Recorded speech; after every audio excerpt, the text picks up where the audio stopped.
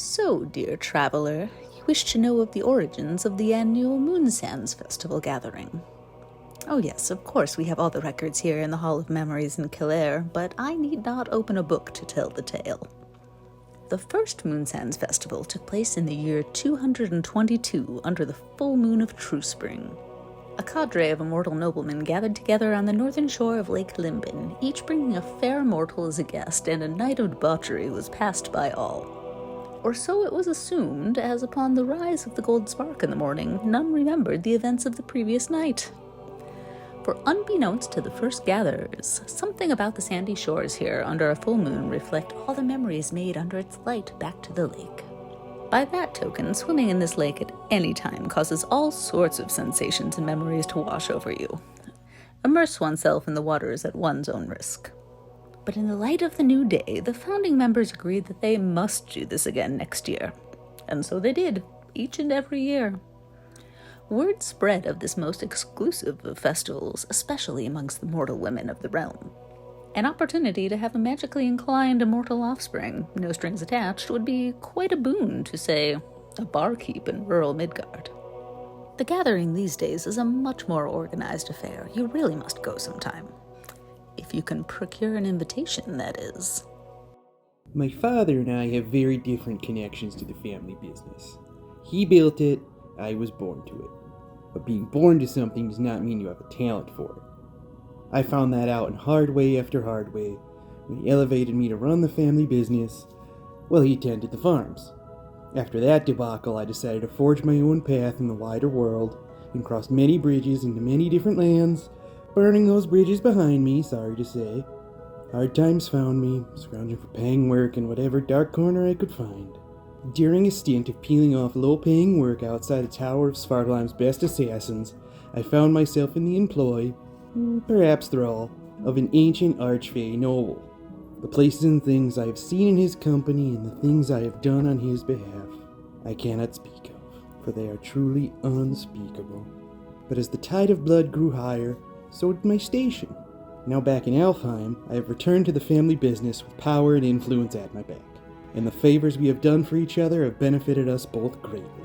Thanks to my patron, I now find myself the exclusive vintner of the annual Moonsands Festival gathering. My big chance to make good in the light instead of the darkness. Steady, Casparian. You can do this. It's hard being stone folk in the hardcore Underdark of Pelham. Sticking out like a sore thumb, less magical than everyone around you.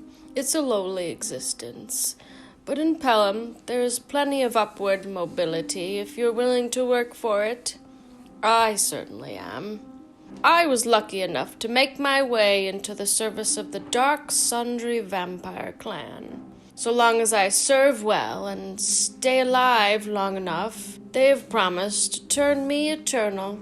Or they said that they would after I provided the distraction that let them eat that were-druid village, but they said this time was the real deal. They have set me up as a tent attendant to a high dark noble guest at the Moonsands Festival gathering. With the clan in bat form and safely tucked in a wardrobe crate, I will be able to secret them into the festival where they can covertly sip on a wide variety of already intoxicated immortal blood. After it's done, so long as we don't get caught, my dreams will be coming true. I come from the last of the still living lands of Svartalfheim, where loss lives in us all. The land itself, my family, most of my pack. I have seen them all die around me. While the land and my family are losses of nature, the loss of my pack was one from evil, and I know evil's faces. The day of the attack, I swore a blood oath to destroy the vampires that ate my second family. We, the Wild Moon Pack of Drog were-druids. I have been tracking them, spying upon them and waiting for my moment. I know of their plans to sample the spirited and immortal blood of the Moonsands Festival in Alfheim this year. They think themselves so clever. But there, far from their home turf in the underdark caverns of Pelham, drunk on festive blood, and with the rest of my pack waiting in the wings for my signal. This may be our best and only chance to truly avenge our fallen. I will not fail. As my father will tell anyone willing to listen, he was one of the founding members of Moonsands Gathering, and I was born of it. Thanks to his habit of sketching the likeness of his paramours, he was able to find my human mother when I was a young archfey, constantly horrifying her with my antics. After she passed when she was very old, but I was still a young immortal, I found my way to my father in Mangard, where I learned, grew, and learned more of the elven ways. When I was grown, after an illuminating stint studying necromancy at the Morgul Tower, I decided to go my own way, finding a secluded cave in the mountains between the northern elven lands to attend to my own study. It all starts with the spleen. In my estimation, not enough attention is focused on the spleen in the art of necromancy. But these days, the cave walls speak of nothing but spleens. I suspect I need to get out more. The walls were particularly loud the day this year's Moonsands Festival invitation arrived. It felt like a sign. Maybe I can talk to others about their spleen. Welcome, everybody, to our fantastic and wonderful, wild one-shot, the Moonsands Festivals. You've all received your invitations and have made your way from across the realm, from whatever lands you hail from, for a night of excitement and wonder and music and other things. Perhaps business deals to be made, perhaps new friendships to be formed. And whatever has brought you here is your own. The festival grounds are set up with a myriad of tents spanning from just inside the forested gates, reaching up all the way to the edge of the lake. You've been shuttling in some of your things, getting your tents situated and ready for a long night. We first are gonna do a little introductions of everybody, see what you're doing as we get to those last few moments before they close the gates and the festival begins in earnest. Casparian. We see Casparian setting up at his vendor station. What is Cass doing? Trying to keep it all together. He, muttering to himself, "Don't screw this up, don't screw this up. This is your big break, this is your big break." Adjusting boxes, like 5 degrees here and there, standing back, rotating bottles, dusting things off. Kind of, very, very manic. Okay. And about 3 or 4 times he'd stand back, be like, "Okay, we're good." And then he'd change a few more things.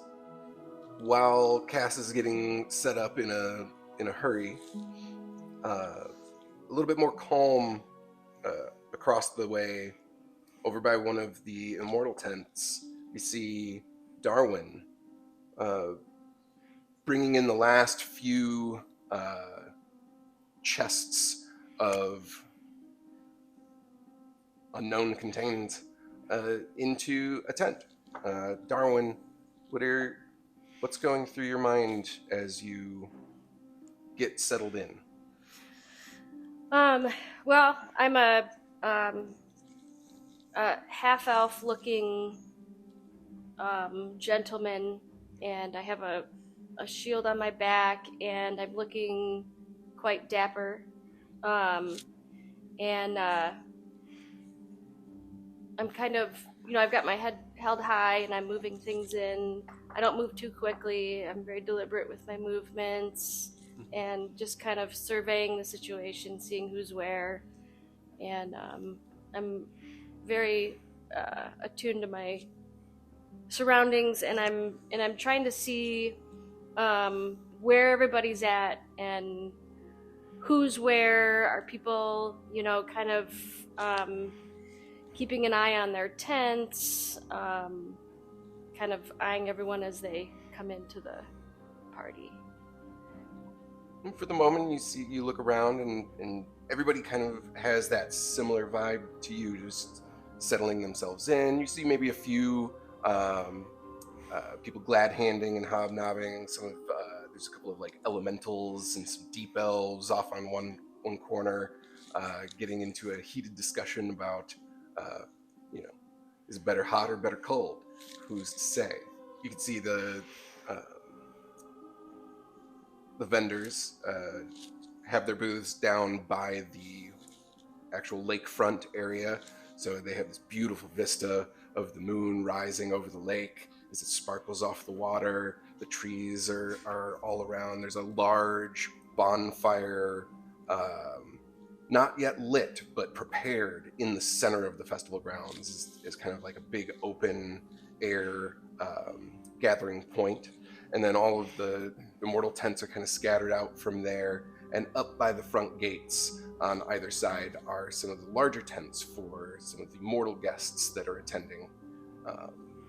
As you see, most of them have all brought their things in as we grow closer and closer to the beginning of the festival. I actually take my shield off and I set it in the tent because I don't need to be walking around a party with a shield on my back, and I like to move amongst the crowd, so... Get a little limber. Yeah. Closer to the front gates, a darker individual, very stern features, is greeted at the check-in desk by a very fair, any of you who have already checked in has met Talia. His invitation and name, please? Here, person. I am Thilden Boneweaver. You should be expecting me. Yes. Your tent is all set up, and it is ready for you. Don't forget to peruse the gifts, and have a wonderful time. You as well. Do I tip with things like this? It's not necessary, but it's always appreciated. Reaches into my bag, pull out a giant thing of gems, drop it on a counter. Is this too little? That is incredibly gracious, and slides like half the pile back towards you. Just thank you very much. Enjoy the night, day, sir. All right, then I pick up the rest of the gems. Ask her point me towards my tent and where to find a bottle. If you require any drinks, all of the vendors are directly down the way, and kind of holds up like a small map. It's like a postcard-sized map drawing of the area. Hands it to you and points on where each one of those locations are. Feel free to. You don't need to pay for anything. All of the things are included and paid for ahead of time as part of your invitation. But gratuities are always appreciated. My apologies, I've been out of the world for a while. That's okay. You're here now. If you have any questions, you can come and let us know. Any one of the service attendants will be more than happy to help you. Perfect. So I start making my way towards my tent. Mm-hmm. When I arrive at my tent, I quickly cast Unseen Servant, and I send my servant to go find me the bottle while I remain inside my tent. Okay.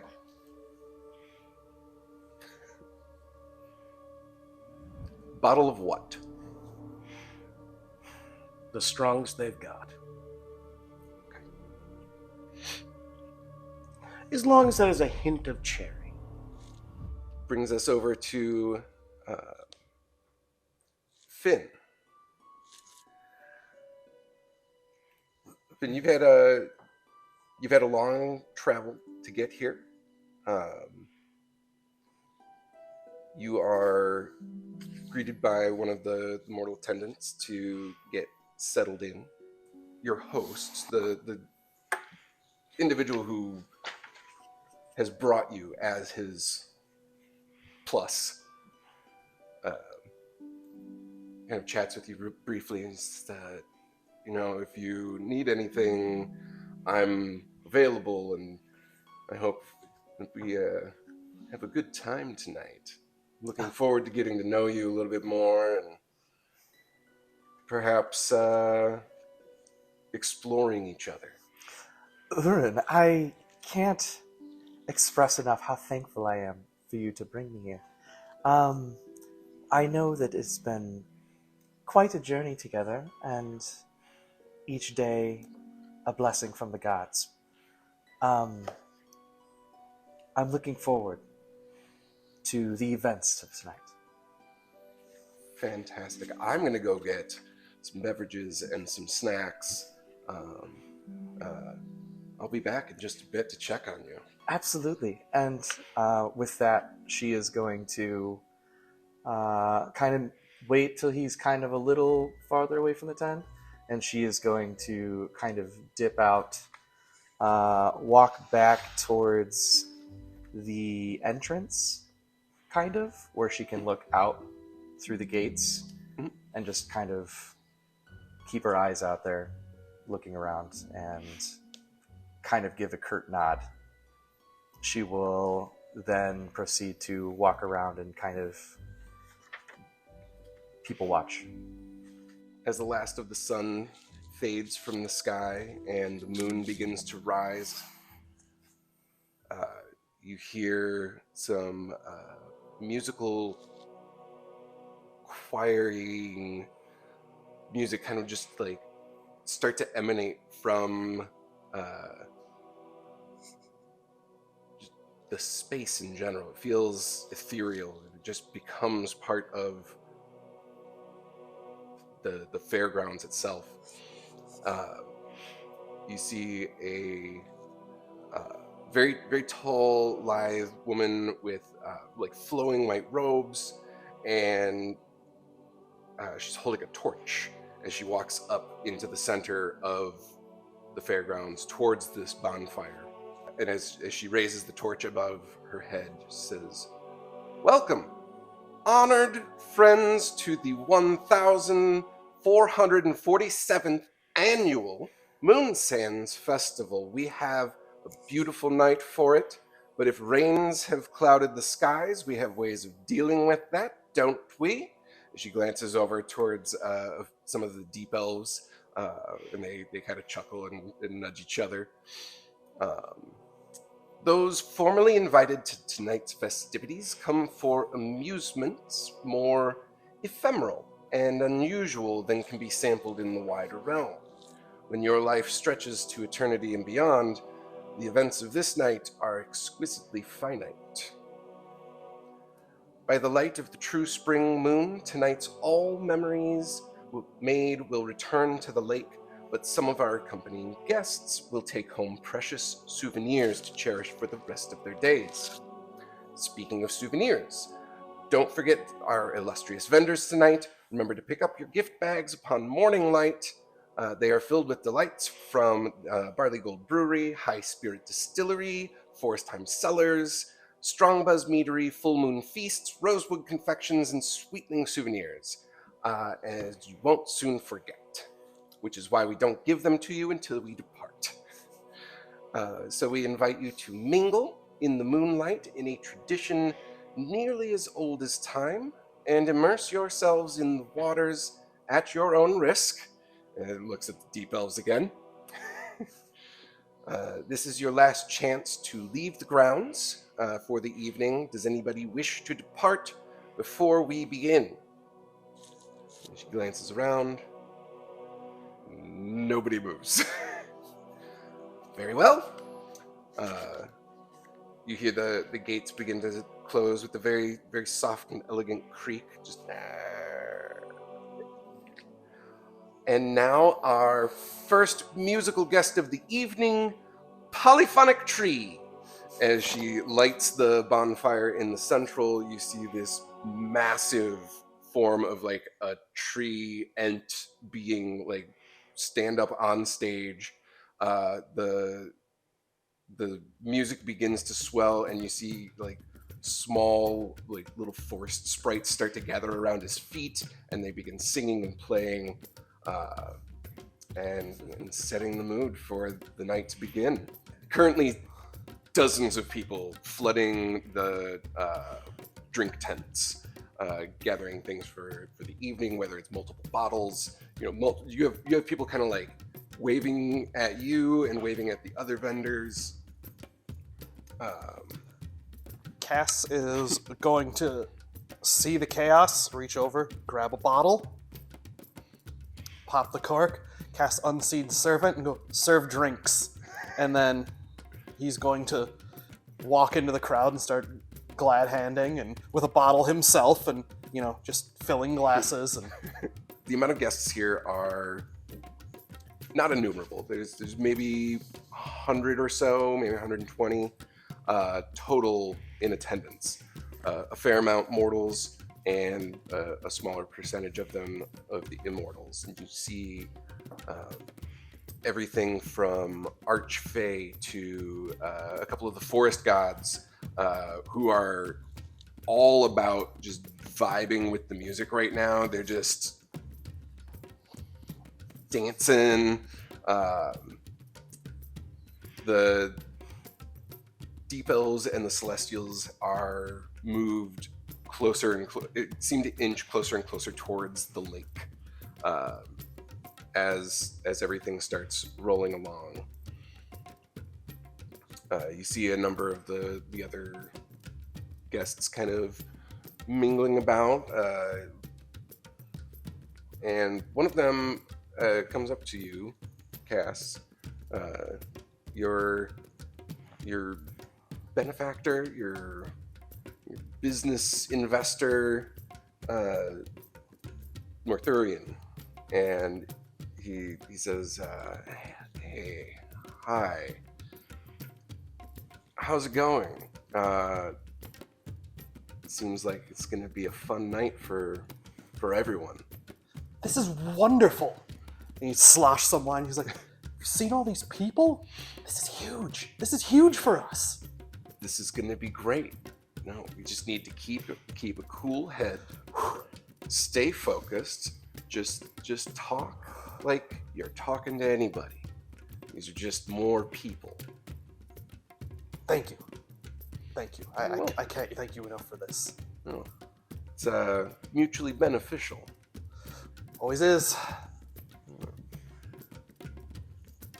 Kind of like puts a hand on your shoulder and starts like guiding you through the crowd to meet some of these other nobles out and about. Anybody else? I think Finn is going to wander around and try and find Urun. Okay. Urun's easy enough to find, kind of swarmed with a few, I'd say maybe half a dozen other mortals, just hamming it up. Oh, I see. Okay. Hey, hi. Hey, Oh, how's it going? I didn't mean to interrupt or anything. No, not interrupting at all. The more the merrier. Ah, right. Yes, I apologize. That is correct. This is a time for celebration. You get to know each other. Yeah. So here, let me introduce you to some of my friends here. Oh, okay. This is Robin and Celine and keep forgetting your name. Just kind of laughs. Friendly. Friendly. Yeah. So This nice. is lovely. This is Finn. Finn was my plus, but we could all maybe we take a dip. It's a nice night. We could cool off, get some drinks. I would like that, actually. Do you mind if we all go right now? Sure. Right away. Oh, okay.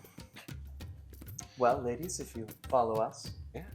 Yeah, come on. He holds his arms out. And She's going to let the other girls strutting. glom on him. Sure. She's going to just kind of follow along at the side. As she's walking down towards the water, she's going to kind of glance and see what she can see at the wine tents and stuff like that. If any familiar faces pop out. Down by the wine tents, go ahead and make a perception check.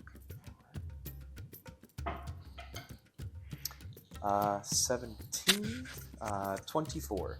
Woo! So down by the tents currently, we're still kind of like within that first maybe hour as everybody's getting into the vibe. Mm-hmm. You see people coming and going with different drinks.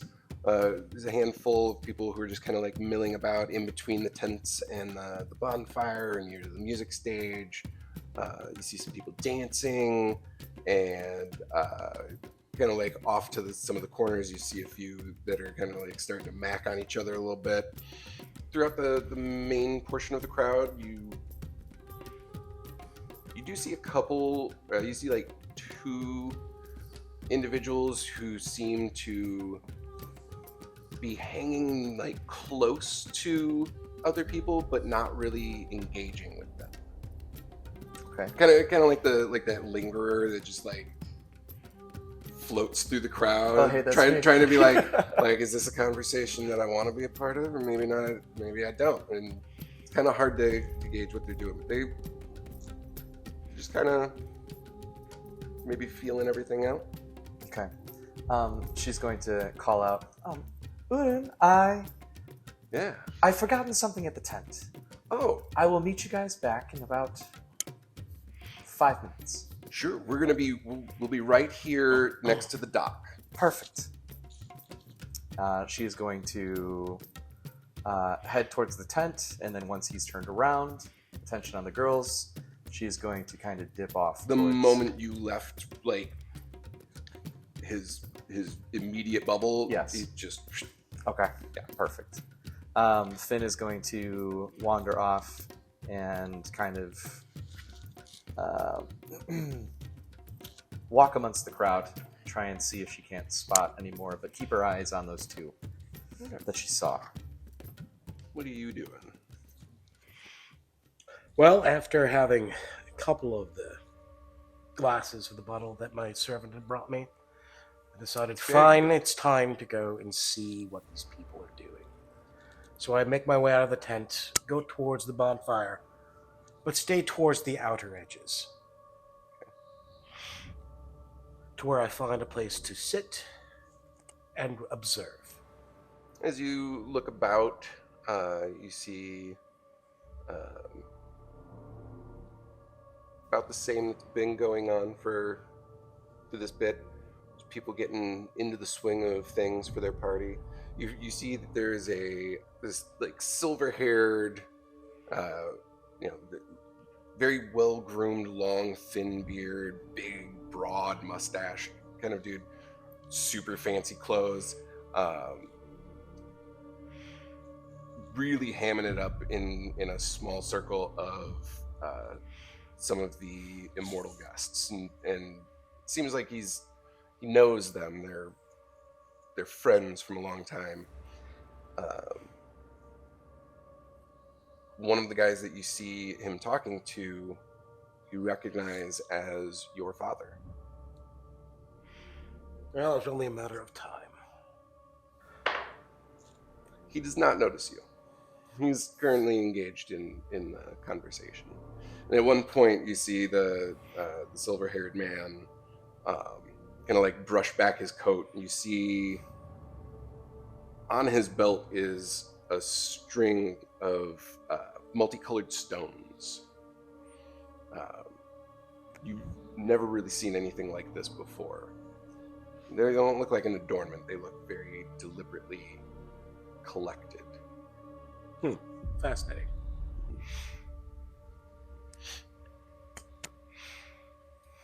Well, I guess it's no time like the present. I make my way towards the group. Absolutely. Before I'm completely noticed, I just kind of bellow, "Hello, Father."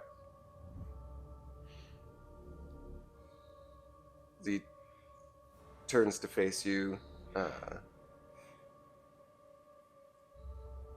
He looks a little surprised. Then just a hint of a smirk, just a faint smile. You finally came. Well, you've been asking me enough. Well, I mean, you are my son. I figured if we were going to get together at any point in time, this would be something to do. I'm glad you're here. Let me introduce you to my friend. We go way back. This is Mithralon. How's it going? Well, it's going well. I do want to ask you a question, though. What are those stones? Oh, these are my let's call them tokens. Tell me, you're his son. Why don't you reach out and touch one? Which one calls to you? And so they're multicolored? You see, there are 9.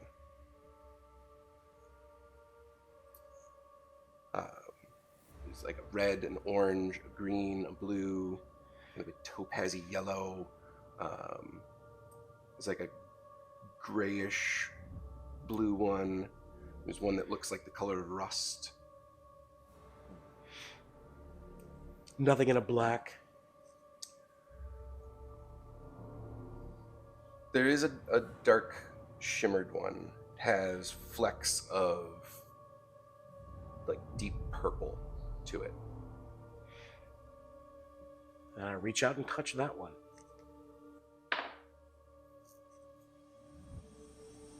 You feel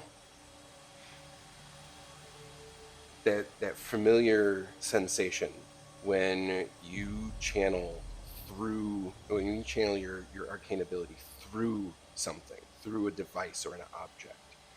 That current pulses into your hand. You feel it travel up your arm, into your shoulder, and into your chest. It is vibrant and jarring all at the same time. Whisper over my shoulder. Did you get that? Then I continue on being like, where did you get these stones? As you reach out and touch that, in this situation, what are you thinking about specifically? What's going through your head as you approach your father, you meet this guy, and you reach out to touch the stone? It's a curiousness, mostly. Just a, what is it? How does it work? And where can I find it? It's almost a lack of emotion. Yeah.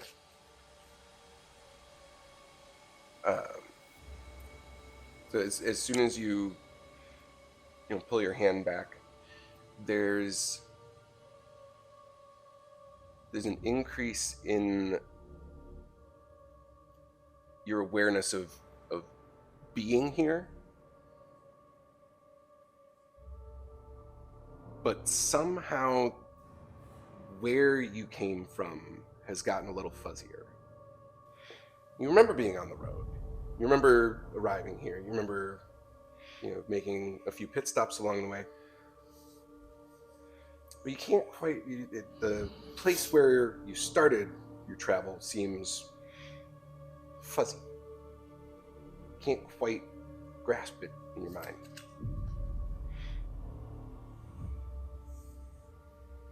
At this point, am I still touching the stone? It was just a brief. Okay. You touched and felt the surge and removed your hand. Mithril chuckles a bit and says, that's a fun one. Yeah, it's a real fun one. You're gonna have a great time. It's gonna be great. Where's my servant? Oh, my attendant has left me in the winds. This will not do. Excuse me, you, come here. Can you fetch us some bottles? A couple of drinks. How many? Bottle. 4 bottles. Absolutely. Yeah. Just anything strong or sweet. I like sweet, so 2 sweet. Momentarily. Thanks. So I'm gonna turn around and I'm actually. Do I know where the stuff is that I need? You would know. Fetch? Yeah, okay. From being here set up and knowing and speaking like with other attendants.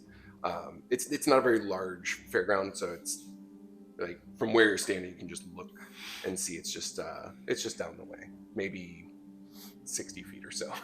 Okay, Yeah. so I will go grab the bottles and on the tray with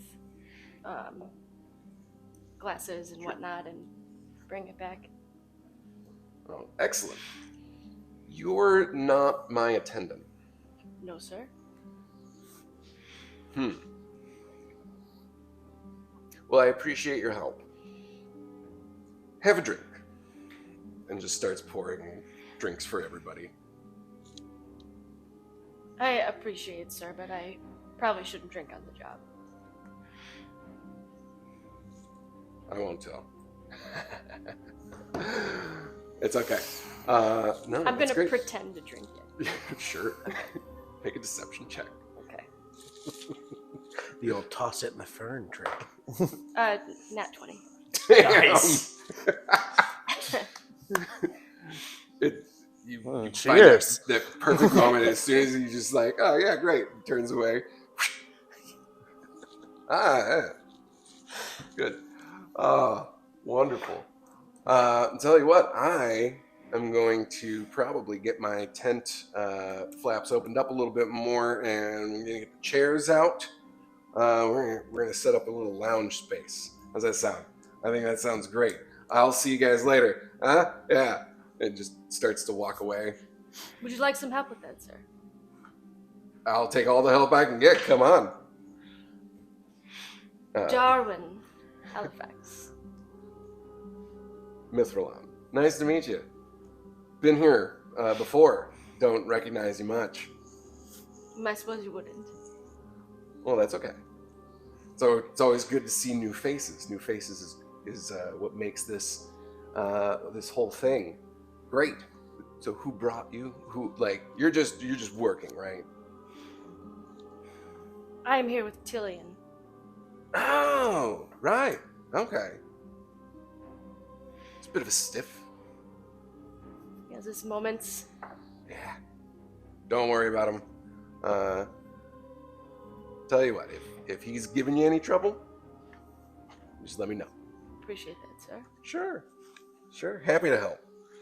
He starts pulling out chairs and bean bags from a trunk that does not look like it would hold that much stuff. He just kind of seems to reach in and there's a chaise lounge. Meanwhile, you are still standing there with your father.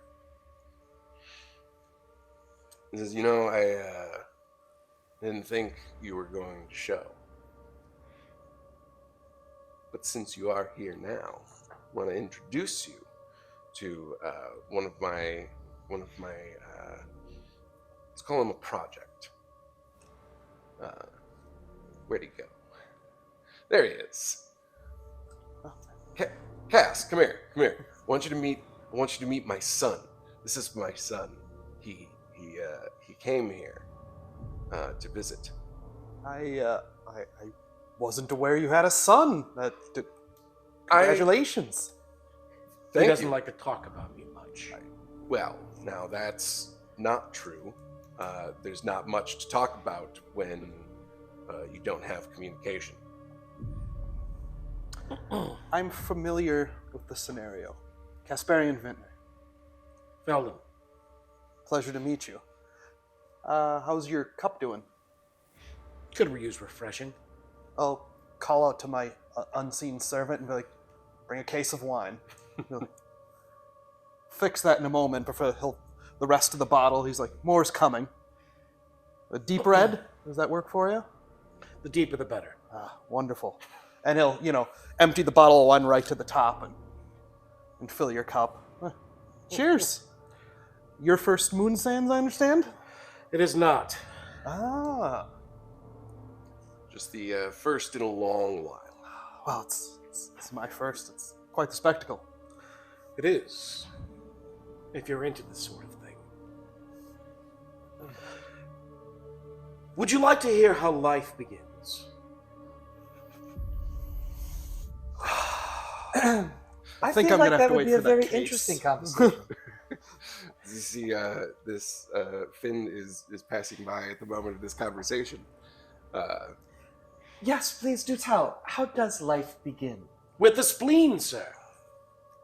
Madame, thank you. Oh, you all look alike to me.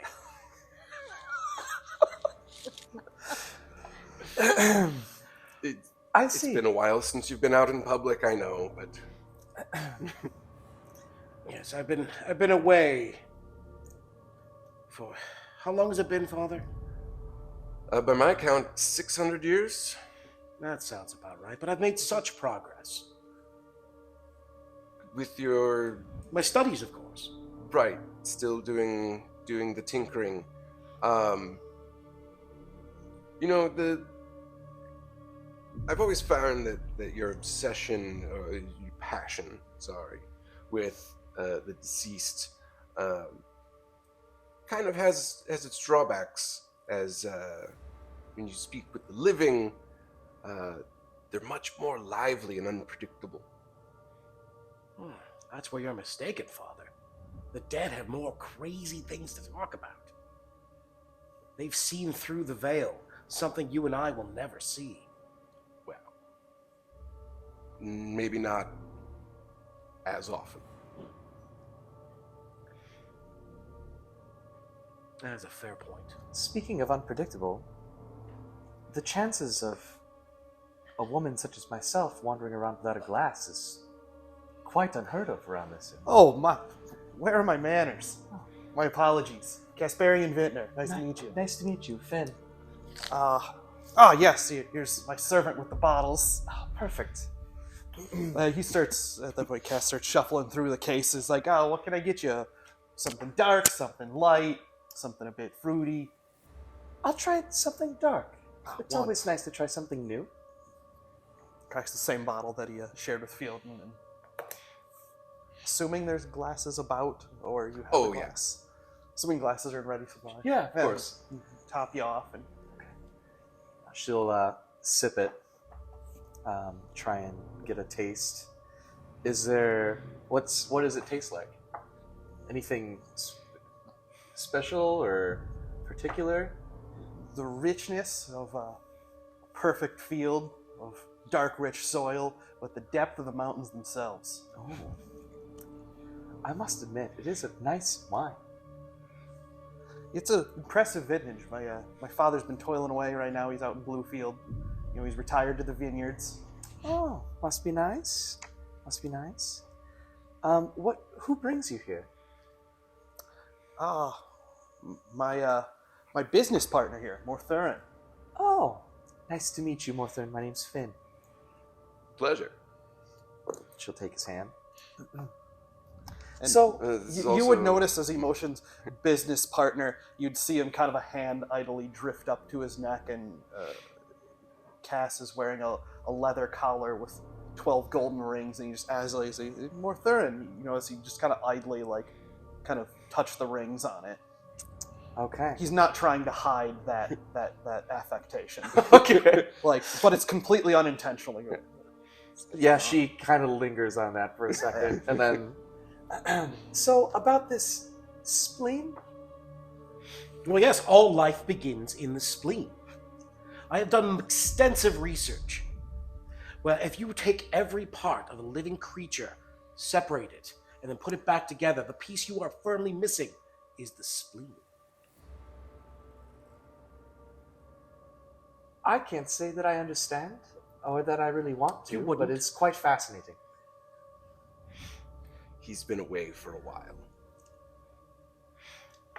Perhaps this discussion needs more wine. And at that point, Cass just starts out of the bottle, hands you a bottle. Huh? Yeah. Just out of curiosity, I appear to have lost my sponsor, if you will. Does anyone happen to know a man by the name of Zaidan?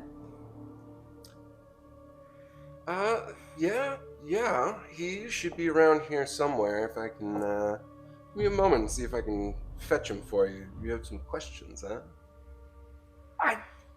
He brought me here. I just wanted to make sure that I didn't lose sight of him. I don't want to lose my place to any other the mortals. You know. For sure. Absolutely. I'll find him. I just wasn't sure if maybe you knew who he was. Well, since we're kind of free to roam around, he could be anywhere.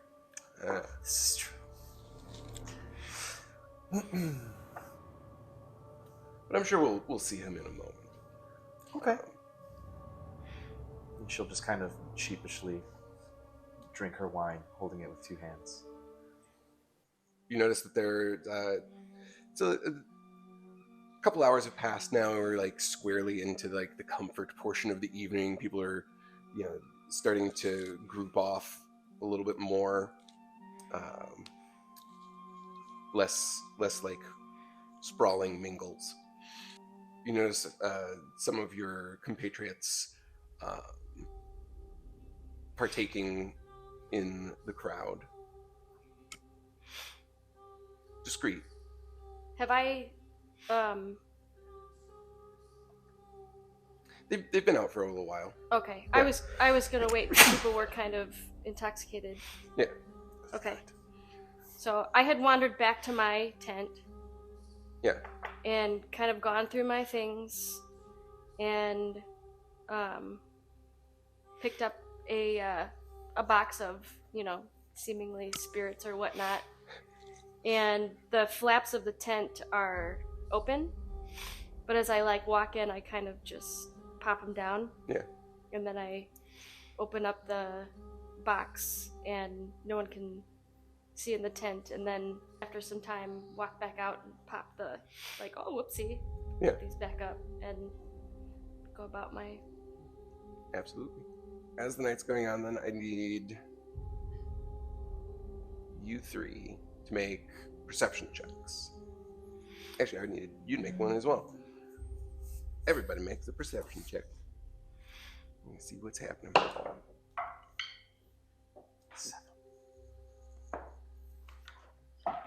That's an 8. Perception.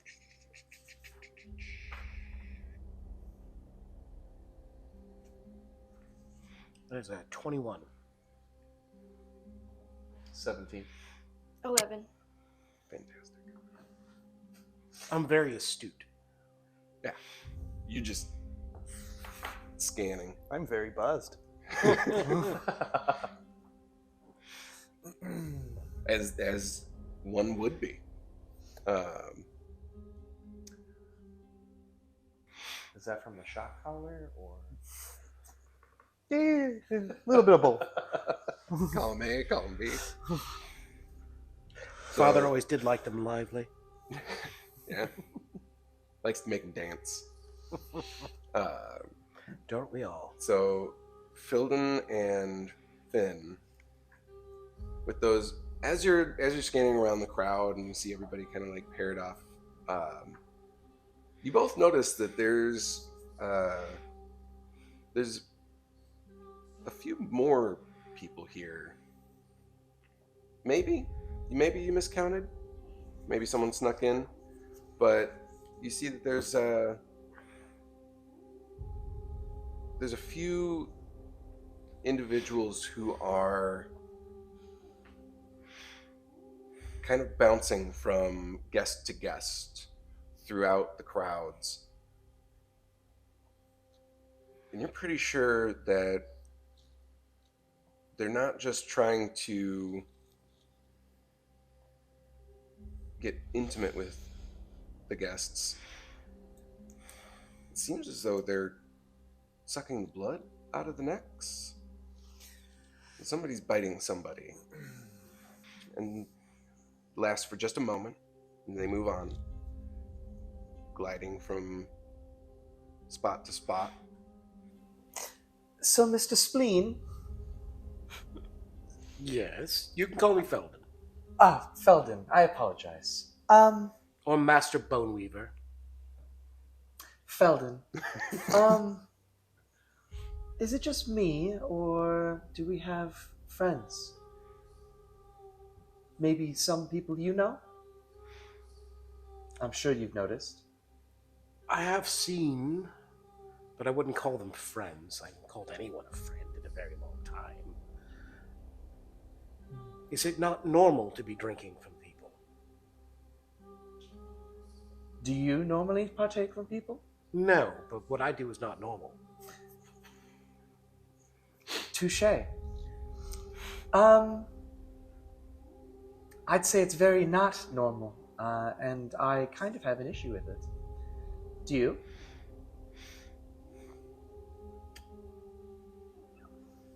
I've been to this event once before, and usually everyone just kind of does what they want to do.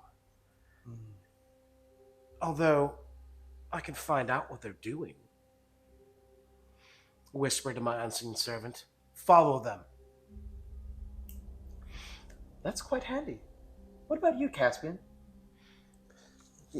Casparian? Yeah? I apologize. You need more wine? No, I think maybe we should see what they're having. Who? I don't know. Are they a competitor of yours? And she kind of like points out to some of the people who are fluttering from people to people. Oh, those pale fellows. Those guys. Friends? I can't say I know them. I feel like I'm in the right group. What made you take notice of all these people here? You take notice of these pale fellows flitting about. It just seems a little odd. Did you see them when we all started and the gates closed? I was busy at the tent. I don't blame you for that. She kind of glances around. Is Urun available? Like, can she see him? Or is he still... Urun has moved from down by the docks in the water. He's back up, drying off a little bit over by the fire. Looks like he's having a break. Oh, there's no other ladies around him? Not currently. Oh, no. okay. Looks like he's standing next to like one of his other like immortal buddies. And they're just kind of like, Okay. Yeah, I guess Finn's just gonna look around, kind of keep an eye on if they're going to any place in particular.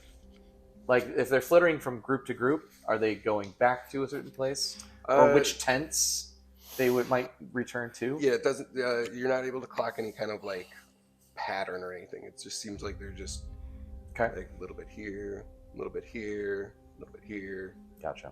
Sampling. Okay. Can I kind of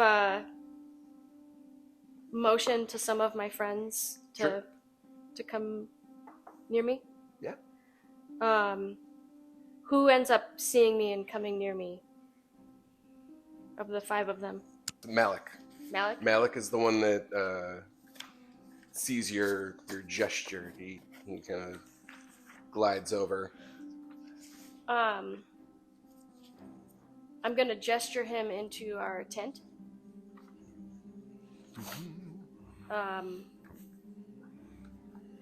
So I just about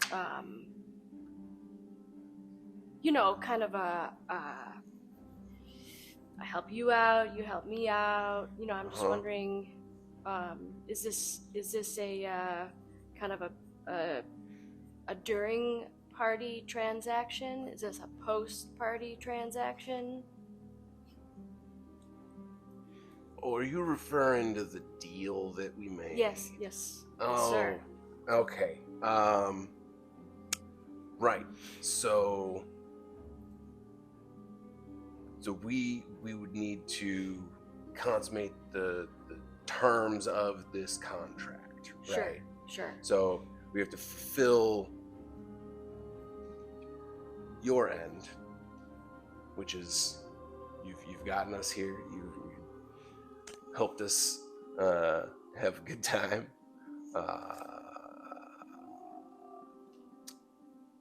And then after is when we will help you out with your side, with our side, How do I know? the other sides.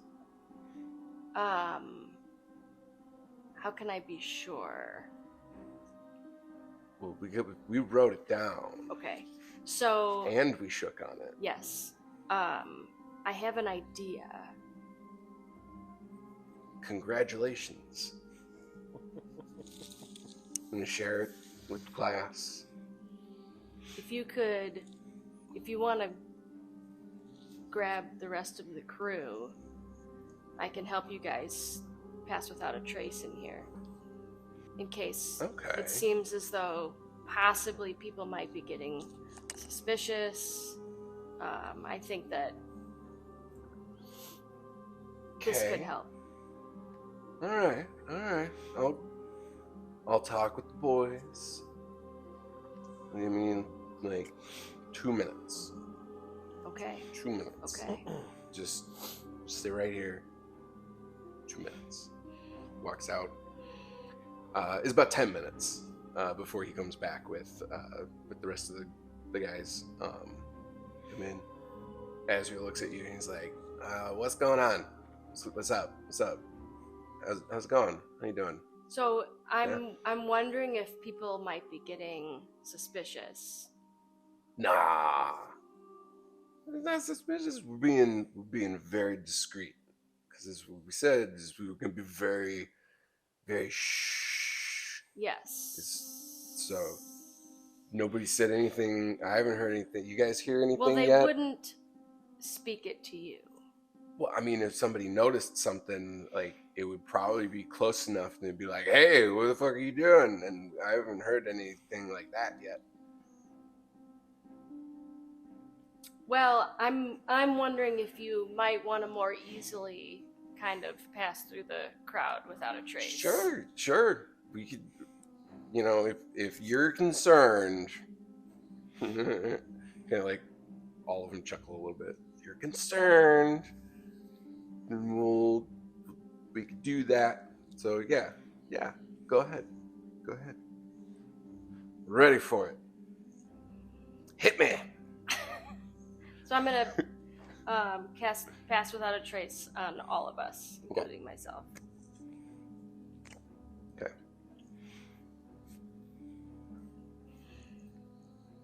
Now, do they have to stay within a certain distance of you for that? I believe just when I cast it,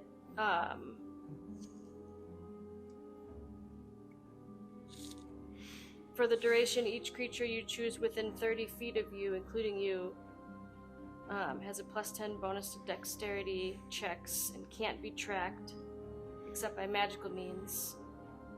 A creature that receives this bonus leaves behind no tracks or other traces of its passage. Okay. So it sounds like when when I'm casting it, each creature within 30 feet is affected. Doesn't say anything. It doesn't say anything about needing to stay close to you. Okay.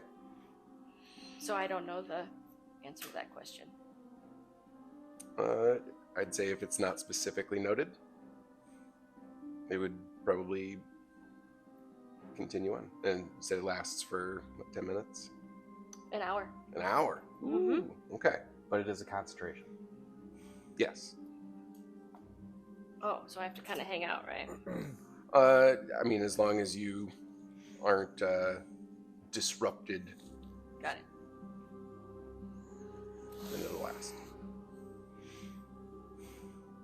Cool. All right.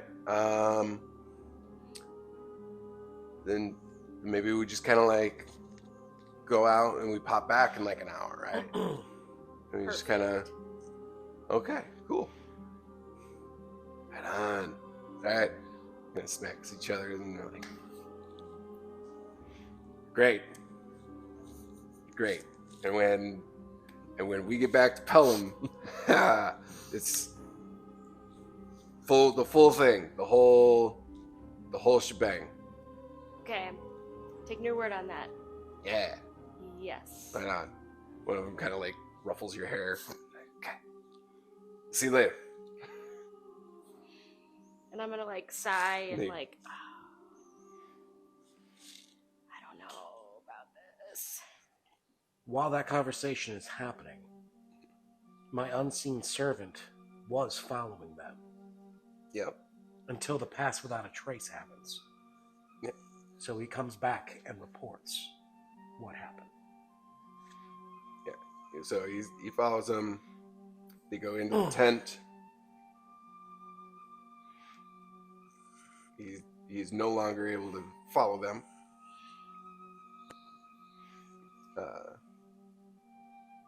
When he reports back, or however he reports back, the best you get is they know each other.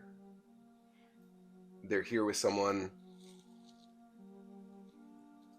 It tells you the tent where they all went in, and that is the info that you're able to gain. Good help is so far to find. If you could see him, he is shrugging. You get the vibe.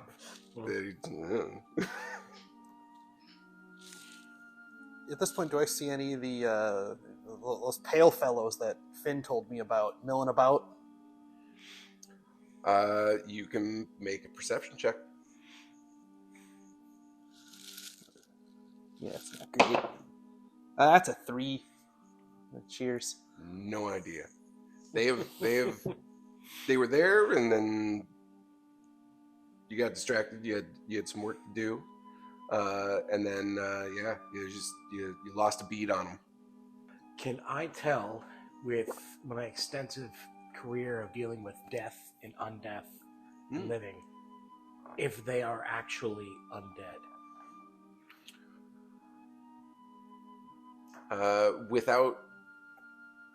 Without getting like up close with them, it would be hard to like get the confirmation on it. But you're pretty sure that there's some kind of an undeath thing at play with them. You've seen that kind of like paleness and that malforming before in your studies when you've come across things that have been afflicted by vampirism, lycanthropy, all of the diseases that have created things that were not innately natural. Nothing was born that way. It was mutated. So, did you hear anything interesting? I'm not sure if people are having some sort of other party going on in this thing, but then again, I don't understand you mortals and what you do. Do you understand revenge? Vehemently. Why? Do you understand what it's like to lose a family? No. Well, at least we're somewhat on the same page. But let's just say, I am either taking them all down, or I'm going down myself tonight. Because that is what I must do for revenge. At the loss of not one but two families. Now hold up. What are we talking about here? This just got real serious. I thought this was supposed to be a party. It is we're a party. drinking, like, I feel like I'm missing something here.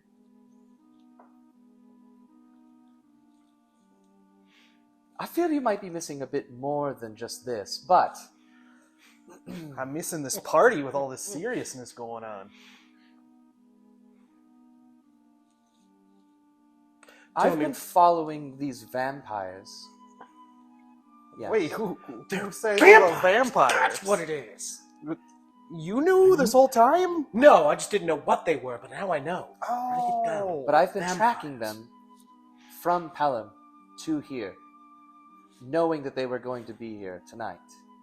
I was able to find an invitation to gain access to this event. Well, maybe they have an invitation too. You know, vampires party, they drink wine, I think. Yes, they also drink your family dry.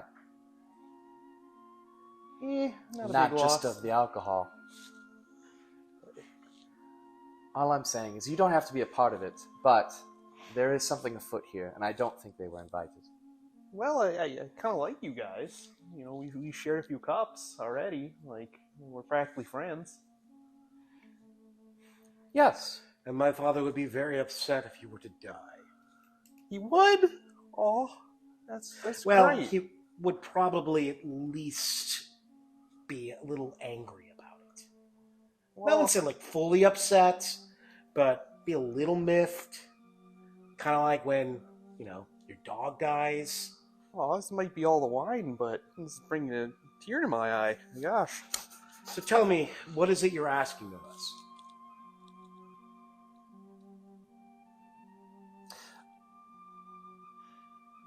I'm not really asking anything. I'm just saying that I am going to be doing something that may or may not be viewed as,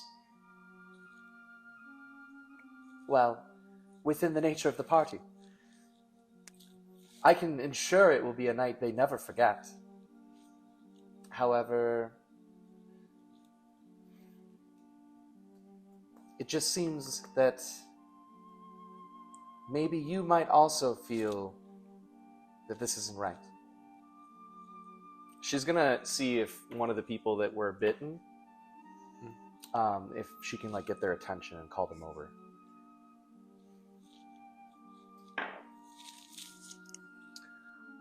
It takes a couple minutes before you can suss one out, but you end up finding one that you're able to be like, hey, come here.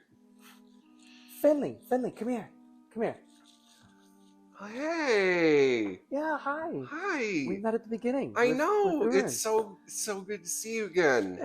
I must. How are you? Your dress is lovely. You're gorgeous. Oh, thank you. You're so pretty. Thank you so much. But back at you. You seem like you're bleeding. And she kind of like puts her Ooh, hand what? out to her neck. Yeah. And is there anything there? Make an investigation check Okay. or medicine check. Either one. It's gonna be so bad.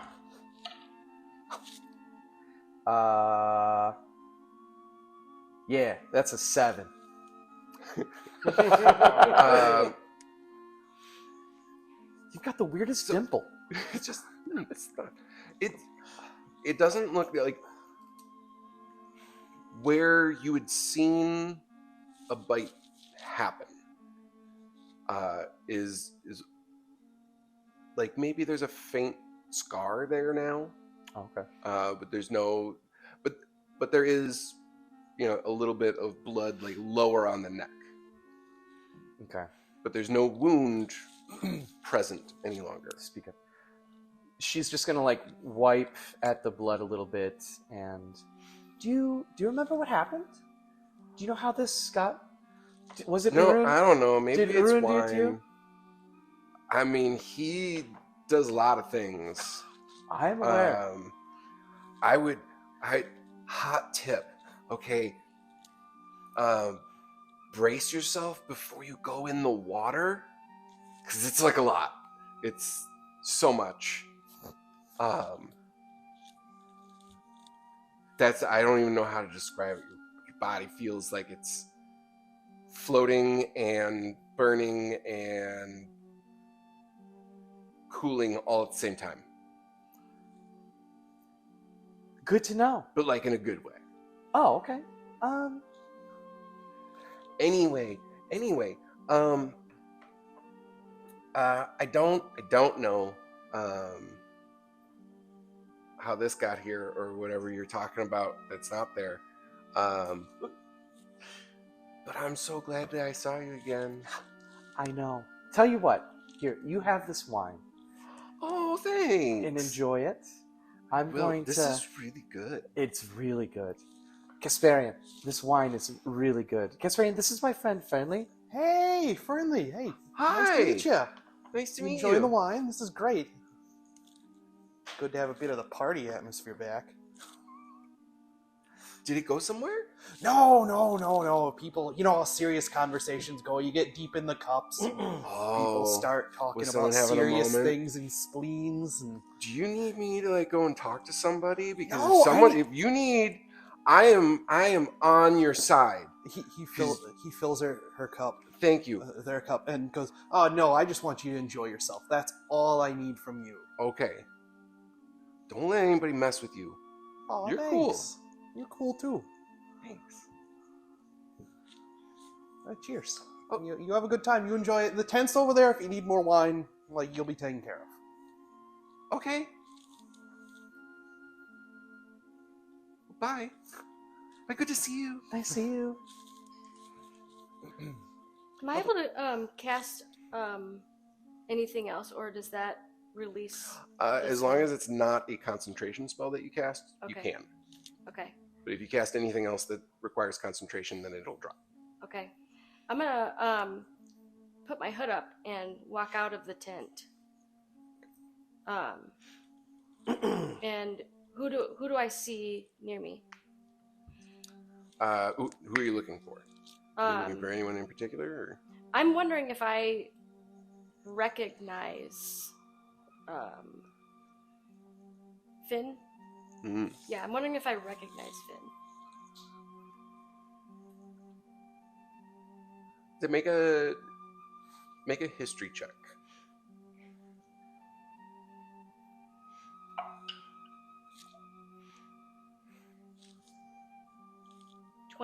Dirty 20. There's something familiar about Finn.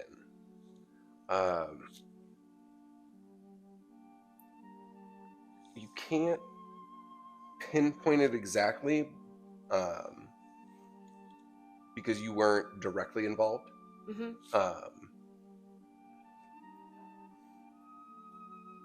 But you remember seeing her before when you were out doing some scouting Okay. for the boys.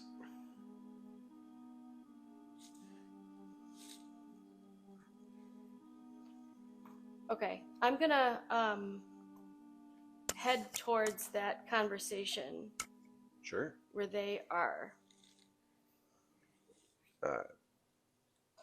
At this point in the evening, the musical guest has shifted. Is no longer Polyphonic Tree, but now the greenest man on earth. Shifting the vibes. So that's what Cass would say to Finn and Field. You know, if there's people in here that are in here without tickets, we should probably tell the front desk. We should probably let them know. Like, I'm gonna go tell them. I'll be back. You guys want to come with? I can hear this because I'm there. I'd say like that. He's probably saying this as you're approaching. And he's not quiet. Okay. Definitely not quite. He seems like a No, very Cass, nice person. Cass is in no way in control of his volume. So I'm gonna kind of put my arm around you and be like, "Hi, gentlemen, lady, Oh, gentlemen. hi. My are name ya? is Darwin. Nice to meet you. I don't know anybody here, so I was hoping to make some new friends this evening. Oh, let's get you a cup. And Oh, fantastic. Cass will start looking around for that case of wine, come up with a bottle, and Yes, we were just discussing spleens. And Spleens. yeah, it's the creation of all life. The creation of Well, all the life. start of life. Oh.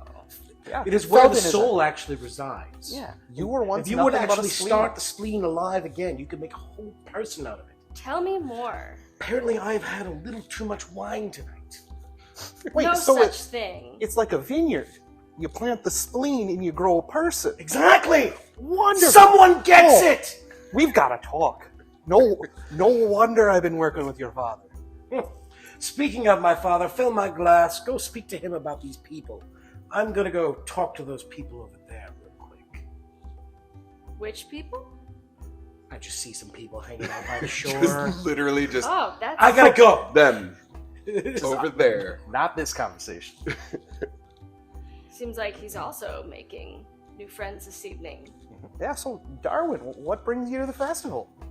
Actually, I am working this evening, but I was hoping to take a little time off and enjoy myself a little bit.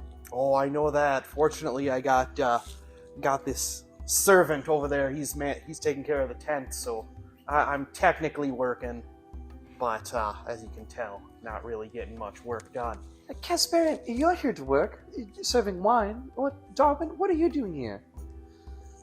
What services do you provide, and who's your benefactor? I work for Tillian, and so I was here helping set up and bring in supplies, and I also, when I came in, I met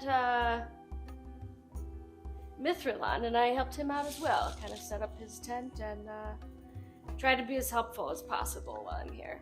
I can't say that I know Mithrilon. Oh, Fortillion. Mothurin does, though. He's, my business partner, his dad, knows him. They were chatting it Oh, up. really? Canadian. What does he look like? Don't slip to him. Mithrilon? Yeah. Gentlemanly mustache, gray hair, handsome. Well, I'll keep my eye out for him. You can, as you're describing, you can kind of like scan around, and you'll see he's got his like beanbag lounge still set up just outside of his tent, and he is fully just hamming it, just like chatting with people, and like, look at this. Actually, let me introduce you to him. He said that I could come by at any time, and he also has a very comfortable tent. I helped set it up. Great, let me bring wine. Yeah, that sounds Fantastic. lovely. Castle going what's left of the case. And it's probably the third case. Bring that fourth back. case at this point. Finn will just kind of follow. Sure. Well, Feldon's making his way back from the shore. Slight bruise on his cheek. You should get that looked at. Well, I tried to show her my bone snake, and she was not interested. It's fascinating. Would you like to see? No. Can't say I do. I can't say I know what a bone snake is. I pull a pile of bone around my neck off, touch it, and it's actually a snake made of bones. Being very unironic about this. It's actually a snake made of bones. Does it have a name?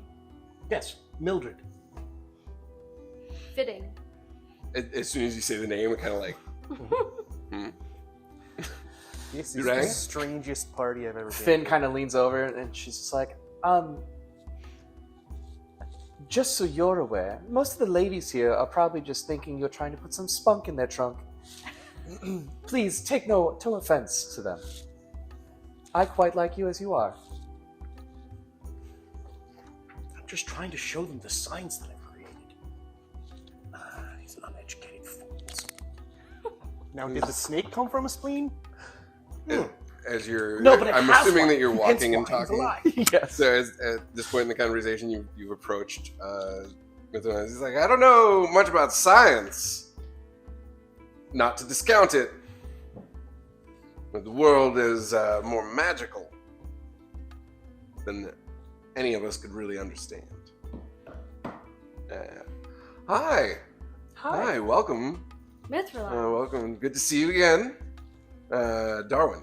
Darwin. Yes. Yes, sir. Yes, and Cass. And I brought wine. Yeah. Oh, my friend. Please have seats. And you, Finn. Vision, come Thank here. Oh. Let me. And he just reaches Absolutely. out and immediately just like brings him right in, Yes. and sets you down. Yeah. Either on his lap or right next to him. Right. I mean, she's gonna situate herself next to him. yeah, just kind of yeah, put the here we knees go. together, legs off to the side. Oh. Just Redirect that. yeah, That's it. kind of to the side.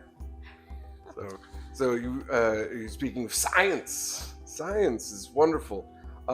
Darwin was just going to introduce us to you. He said you were quite important. Oh, I don't know about important. I just I believe in connections. Connections are what bring us all together. We all live in a world. Yeah. Connected, much like the threads of a spider's web. In a way, yeah, but less sticky. Like the spleen to Sometimes. the rest of the organs. Yes. Sure. Ooh, I like this one. Ah, Tell me, when you die, can I have your body? You'll have to talk to Morthurin about that. Ah, easily done. He owes me a present anyway. I need to look at the terms of our contract. There Now, might be usually some his contract clauses is in for there. your soul, sir. I don't want the Oh. soul. I just want the flesh. Yeah, I don't think that exists. The soul. Wouldn't you also get the soul if you got a spleen with that body?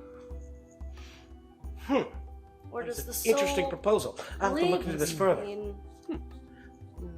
Or is it stuck in the spleen? Oh, it resides in the spleen. If you actually would weigh the spleen after death and life, you can see the difference. So you wouldn't actually get a soul with the spleen when presented with the gift of a body. Generally not. But you inject this soul. Basically, you take spleens, you mull them down, it creates the fine powder. That's how you can make skeletons do what you want them to do.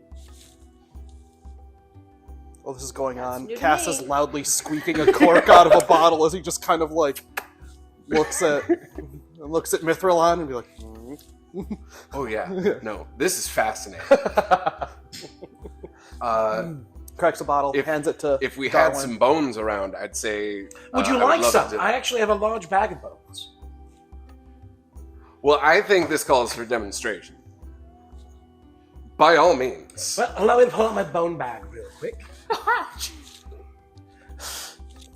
Reach into my giant bone bag, grab a handful of things, place in a little counter. Cast Animate Dead. Think about what I want. Turns into basically a monkey that has just started dancing, kind of like the "Hello, my lady, hello, my honey." Oh, this is most wonderful. I'll tell you, the centuries that I've been coming here, his father and I would go way back, but new faces are always welcome. I mean, especially some of such vision. She's gonna like, touch his thigh, just like, oh please, you don't have to try that hard. I mean, you are quite good looking yourself, especially for being centuries old. Well, I appreciate it. So, now that we've had a show, what has brought you here? You wanted to come by, you wanted to chat, you wanted to indulge. Yes. Money. Just working. Oh, I'm well, yes. Do you know apparently there's some freeloaders in here? Freeloaders. Yeah, some people were talking about there's some people in here without tickets, without passes. Interesting. How would you get in without a pass? That's why. That's That's a good what I question. want. I would say, we don't have guards outside necessarily, but I mean, we've never had to worry about people sneaking in. Well, I will say this. If they harsh the vibe of the party, then they are definitely not welcome. If they're cool, then maybe they can stay. Well, they certainly weren't harshing my vibe. It's my first moon sand, so I don't want to step on any toes, but Give it time. I know Give it time. Morthurin went through a lot of hoops to get me my place here, so Yeah. it's only right that everybody goes through the proper channels. Yeah, I'm sure he jumped through a lot of hoops. Fully agree. Well, it certainly means a lot to me. We are nothing without integrity. Remember that. Well, if these interlopers that you are claiming are here are found, you bring the attention, bring it to me, to my attention, and we will deal with it. Do you happen to know if there's some sort of ledger for the people in attendance? Or like a guest book. Yes. Yeah, that's up at the front. Okay. Guest services will have it. They'll have all the paperwork stuff. It's boring. Boring, yes. But you did say if we had proof, and I think I might be able to provide that. Okay. I'm not trying to harsh any vibes. No.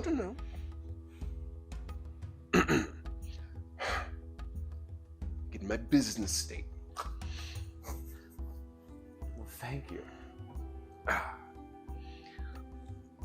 What is this proof?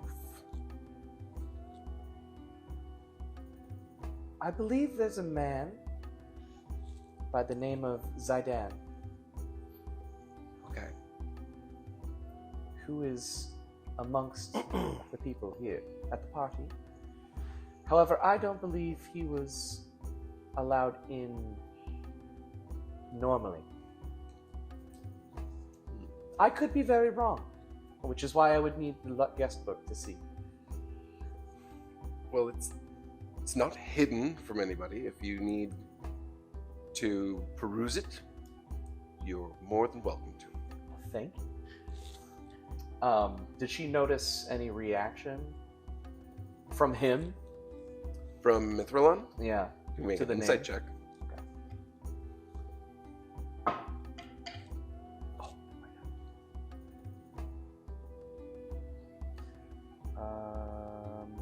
Dirty 20. 13 plus 7. You see there's like a faint recognition of the name, but nothing like egregious or outstanding like that. Understood. It's like, sounds familiar? I'm sure with doing this so often, you might recognize a name once or twice. I try. It's a lot of names. And the longer you live, the more names there are. Yeah. Understandable. Would you like to touch one of my stones? Well, recommend the black one. No, not for her. She kind of blushes, and she's just like,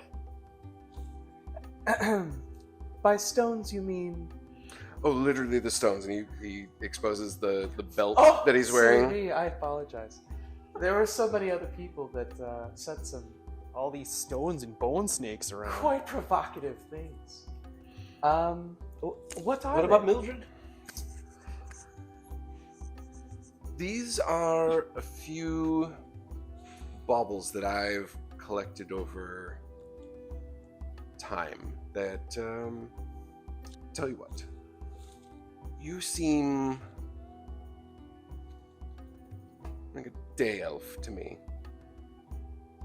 Close. Of lineage, yes. Your hand. She gently places it. He kind of turns her hand. And he plucks the light blue stone off the belt. He's like, just don't worry, just breathe. And he sets it in your hand. Okay. You feel this immediate rush of like, almost like skydiving. Like there's this sensation that pulses across your skin. It takes the breath from you momentarily. As he pulls it back off the hand, pops it back onto his belt. What in the gods was that? As you look down at your hand, you see the petals of like a beautiful flower start to like grow out of your palm. Oh. Quite lovely. There's a plant growing out of my skin? There is now just this beautiful like pale cream and like almost like pink and blue shifting pastel-y kind of colors in the petals. Okay. Like a lotus flower just in your hand. That is lovely. How do you learn such a thing? This is less learned and more you have to be born with it. Does it have a name? The flower? Yes. What's your name? Finn. There's its name. It's part of you. It is you. It's a piece of you made manifested. Like a spleen. He gets it. But on the outside. Gets it. She's in shock. Currently. So I don't really understand. I understand how they work a little bit, but they definitely you can't control them. They just kind of do, which is very fun. What do you call these stones? Well, I'm sure they have some name. I've just been calling them, my stones. What was it that she called them? Mirror Skull. Yes. So as you're chatting with Mithralon about all his stones, you notice that there seems to be some commotion happening from like across the way on the other side of the bonfire from where you're at. What's everyone's passive perceptions? Not great. 14. 17. 10. 13. So you three are just chatting it up, guys. But Finn, you notice that there are, you see a couple of those hail fellows kind of darting around a little bit in, it's a very small localized little pocket of chaos. You see a couple of guests kind of like scatter and run, while you see one of the vampire dudes kind of like holding on to a very limp body. And she is patting Mithralon's thigh, trying to get his attention as he's going on. He instinctively just like puts his hand over onto your knee. He's like, yes. Have you seen that? And she points to the chaos. I believe that's the vampires I was telling you about. Huh. I don't believe they're on the guest list, right?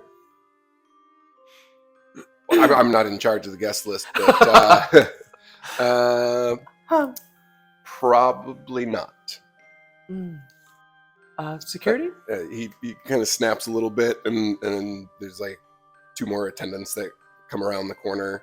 He's like, could you go with them and see what the fuss is about? Oh, for sure. For sure. Yeah, just they'll take care of that in just a minute. Be fine. Don't worry your pretty little head. Is one of them kind of the head of the 3 of them? Out of the attendants kind of security that are there? that I'm with, or the attendants?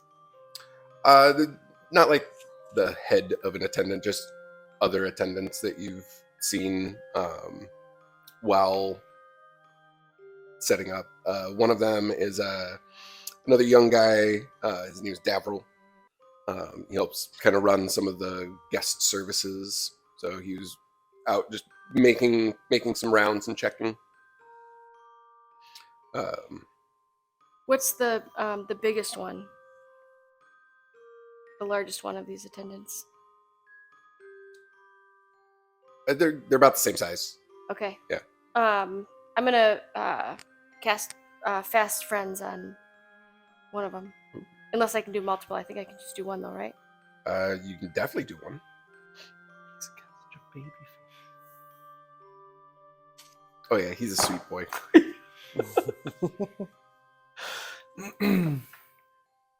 So it's a wisdom save. It's 18. It's my spell save, right? Yeah. 16. So it does not seem to. He seems like as soon as Mithrilon gives the order, he was like, "Awesome, let's go," and kind of like takes off with you in stride. Can I charm? I'm gonna try to charm one of the other guys. Yeah. No, it's directed at one of the vampires or one of the One people of- that were called on to be like, hey, I'm gonna take care of this. do it at a There's two other attendants Okay, there. let's Yeah. The other one is Linwood. I'm gonna cast it at 3rd level, Ooh. so I can charm all 3 of them. So it would be you and 2 others. So who else are you trying to charm? Oh, I'm charming. Yeah. So I'll do it at 2nd level, and I'm gonna charm the 2 attendants I'm with. All right. That's an 11 for Linwood. Ooh. And and a 4 for Davril. Okay. That the first one kind of like shook him a little bit. He was like, "Huh, what? Huh? No, I mean we have to get going." And as you cast the charm on both of them, what do you say to them? You see the haze kind of take their eyes for a moment. Guys, I mean that what's going on over there seems like kind of serious, like seems like there's some dangerous fellows over there. I think that this is something that we should maybe even just like stay out of. Like it seems messy. Davril looks at you and goes, do you think that maybe we should just go see? Like we don't have to do anything. We can just go like look and make sure it's okay. And if it's not safe, then we can go away. I mean, we can go back up to the guest service tent and just kind of hang out. I think that we should go back to my tent and have our own little party.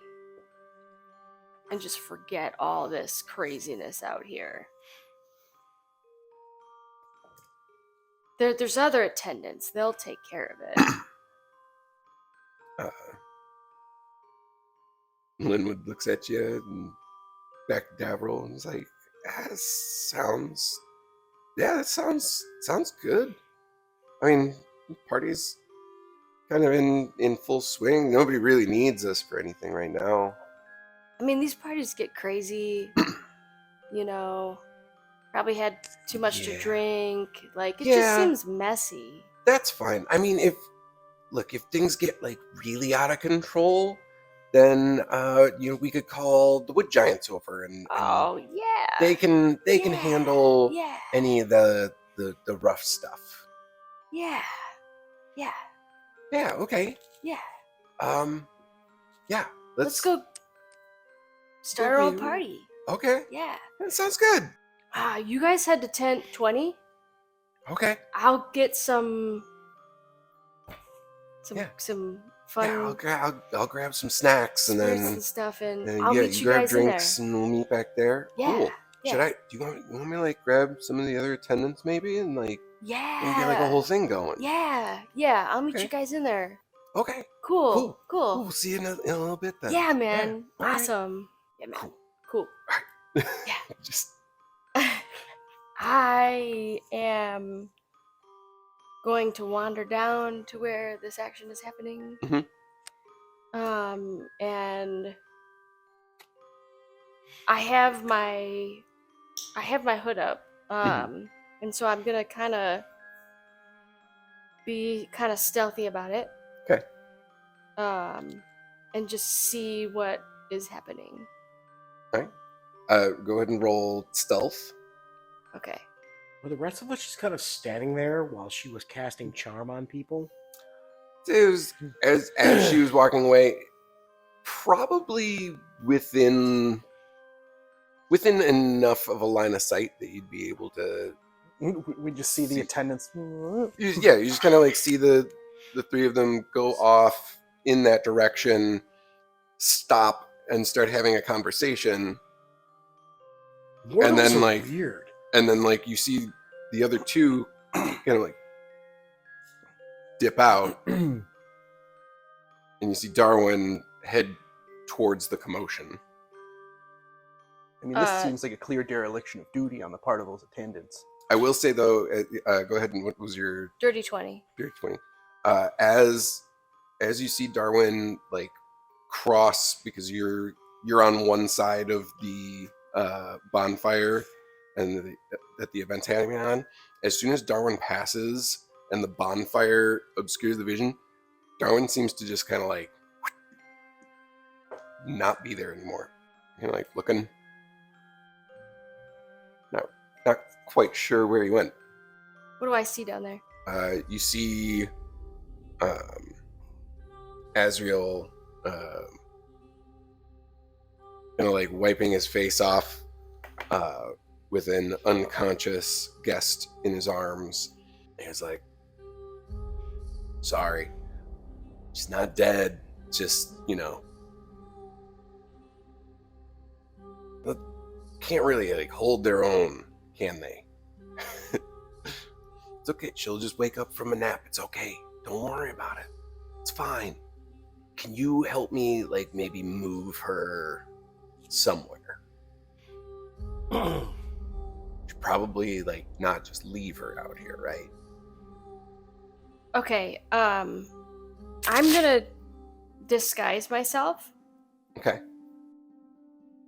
Hey everybody, I've got fresh drinks in tent 20. Things are kind of rocking in there. Anyone who wants to come, we got like a great vibe, great party going on. Like, follow me. Just to like anybody else who's just around. Yeah. To just the rest of the guests. Okay. Make a persuasion check to see if you can. Oh, fuck. 8. And anybody who was nearby when Azrael caused this person to go unconscious has run off. There's maybe like one other person who's within earshot who kind of just like looks over and goes, "In 20? Okay." No, did we hear this? Like this? Hey, everybody, go to tent 20. It's close enough. If you're, I don't look like me though. yeah. It's a roll for perception Oh. to see if you made out the details. Cool. I'm mostly just looking for somebody said, "Hey, there's a party," and a bunch of people went, "Eh." Only one person was like, "Oh, okay." Did I see that? Um, Like the invitation to a party, and then somebody be like, somebody's he's just like, kinda like, eh. "What the hell? These people refused free drinks. What kind of party is this?" It's just, they're caught up doing whatever else. The individual that kind of shrugged is standing facing the bonfire and looks to just be very, very entranced with the dancing of the flames. Just I think after like a few moments of noticing that Darwin has been lost track of, Finn kind of like turns and looks at Nithran, and she's just like, "Well, I hate to be a bore, and you've shown me such a good time. There's something seriously going on, and I feel I must take part. Oh, So maybe I'll see you around." sure. You do what you need to do, and yeah, we'll circle back later. Absolutely. Be fun. Great. You don't mind if we'll discuss it when we circle back. And then she just kind of walks off, kind of looking at Kasparian and Felden. Going to the other side where the commotion was. And Felden completely missed the social cue. Completely. Like, You're still. What? Kasparian's starting to sober up and just kind of be like, "What's going on? It's like that midpoint of the party where you're just like, Where'd Darwin go? They were neat." So he's gonna start going like, "Look at Darwin! Darwin, where'd you go?" So you'd hear that. Kaz's voice carries pretty well. Azrael, what the fuck, man? It's not my fault. Look, it's been a great night, and we've been having a good time. Look, I'm really still very hungry, and maybe I just come here. Shh. I'm shushed. Right. But like, are other tents empty? Well, not ours. Because Okay. I had to create a little bit of a diversion. So I'm gonna put her just in a tent. I'm gonna find a tent. I'm gonna put her in a tent, and then if it happens again, now I'll If just it put happens them again, in this a tent. party is already and I'll let almost gonna everybody end. It's fine. No worry. No, we still got like a few hours before the sun comes up. You have It's to be a good. lot more careful. Sure. Do you know the stuff I've already had to do to make sure you guys didn't get caught? No, you have no idea. You have no idea what I've been going through. I've been going through so much. I am Darwin, so anxious. okay, where'd you go? Come party.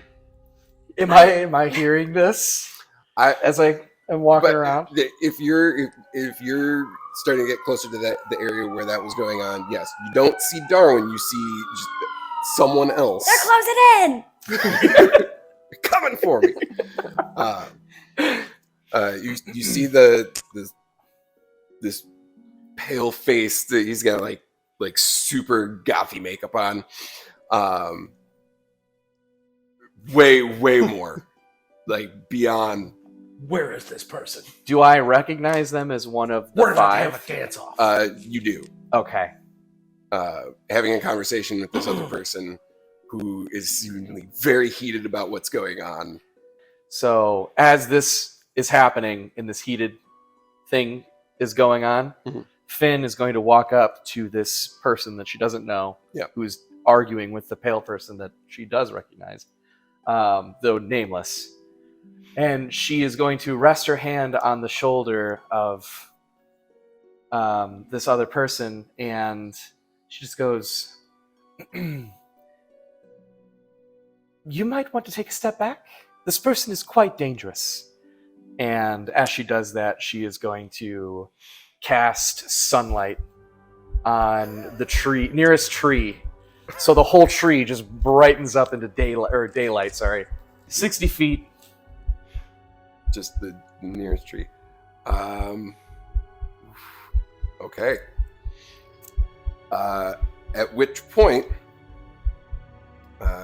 anybody who is outside and not completely distracted notices one of the trees in the middle of the festival grounds just illuminate with full bright like daylight. Azrael immediately just shields his eyes, hisses, fuck!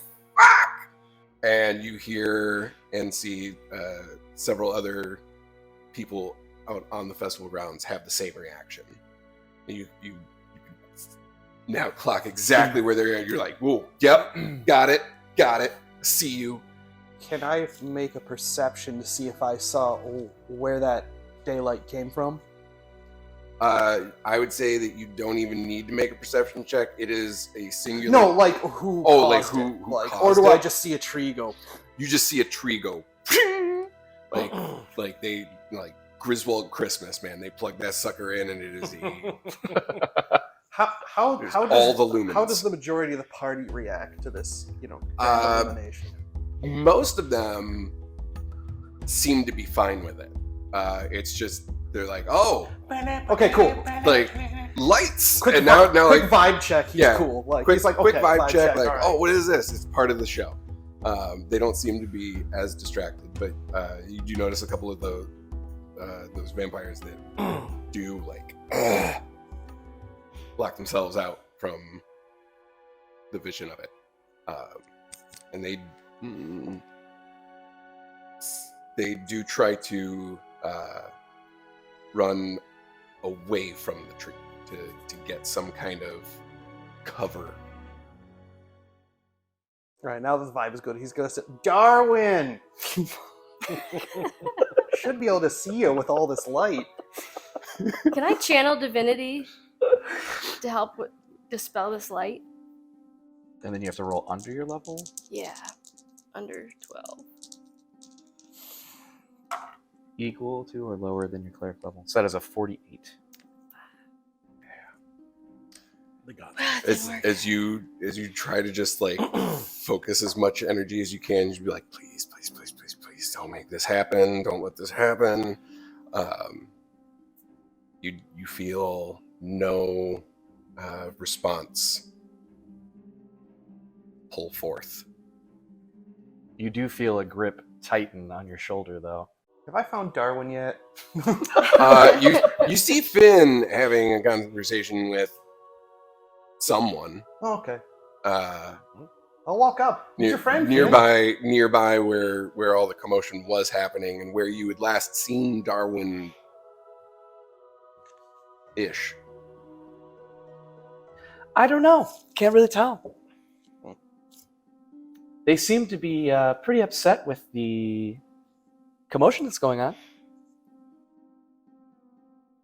Who are you? While I'm being asked that, New friend, you seem kind of distressed. Anything we can help you with? Do you guys know who these guys are?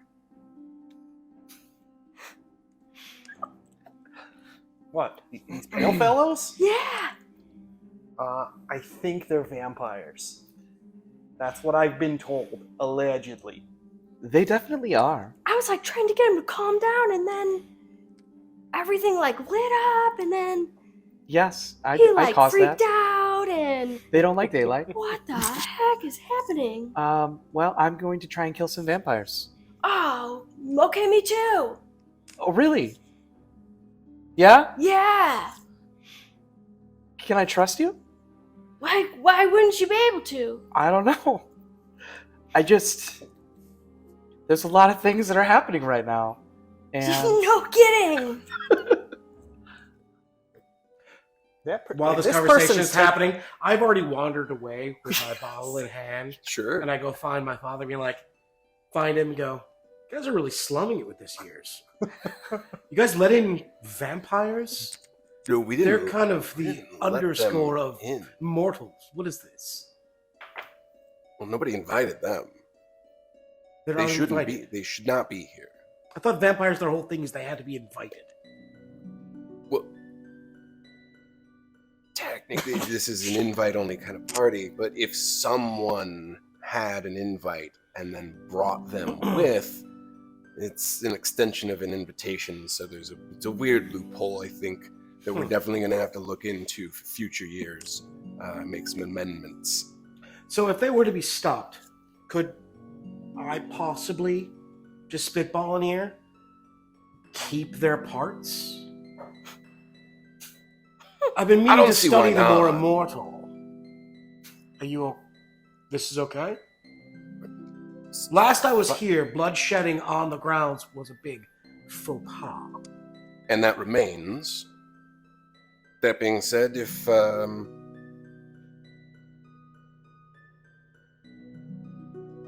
you want to take some with you, sure. Very well. Then I immediately cast, what's it called? Dark Transport. Which basically allows me to travel as a bat. Or anything that I feel. Bat? seems oddly thematic. Exactly. Bat!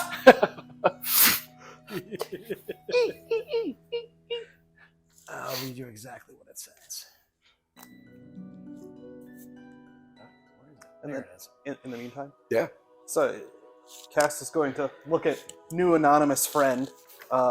He's going to cast friends on himself in relation to this new person. And the new friend, you seem to be taking really well to this whole vampire thing. It's kind of weird. Me? Yeah, what's your story? And then, I don't think I'm taking this well at all. so, try to... Look, what's your deal? Well, first starters, what's your name?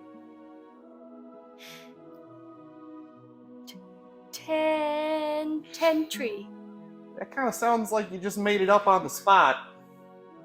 I think you need to run a perception check. Just out of curiosity, is there a height difference for where my hand is clasped on their shoulder versus where their actual shoulder is? I would say that depends on how you disguised yourself. Is your disguise? I'm the same height as I was. I Okay. just look like a different dude. You're just doing a face change and maybe And, like like, an outfit. Yeah, different outfit, different face. There's a glamour. So no That would be- discernible. That would be amazing.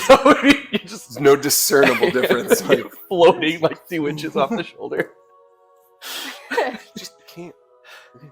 Sorry to interrupt, but please, So, I just who are you here with, friend?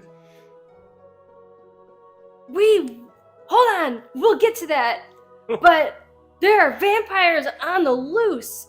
I need to go get my sword, and I'm going to use freedom of movement and zoom off. Okay.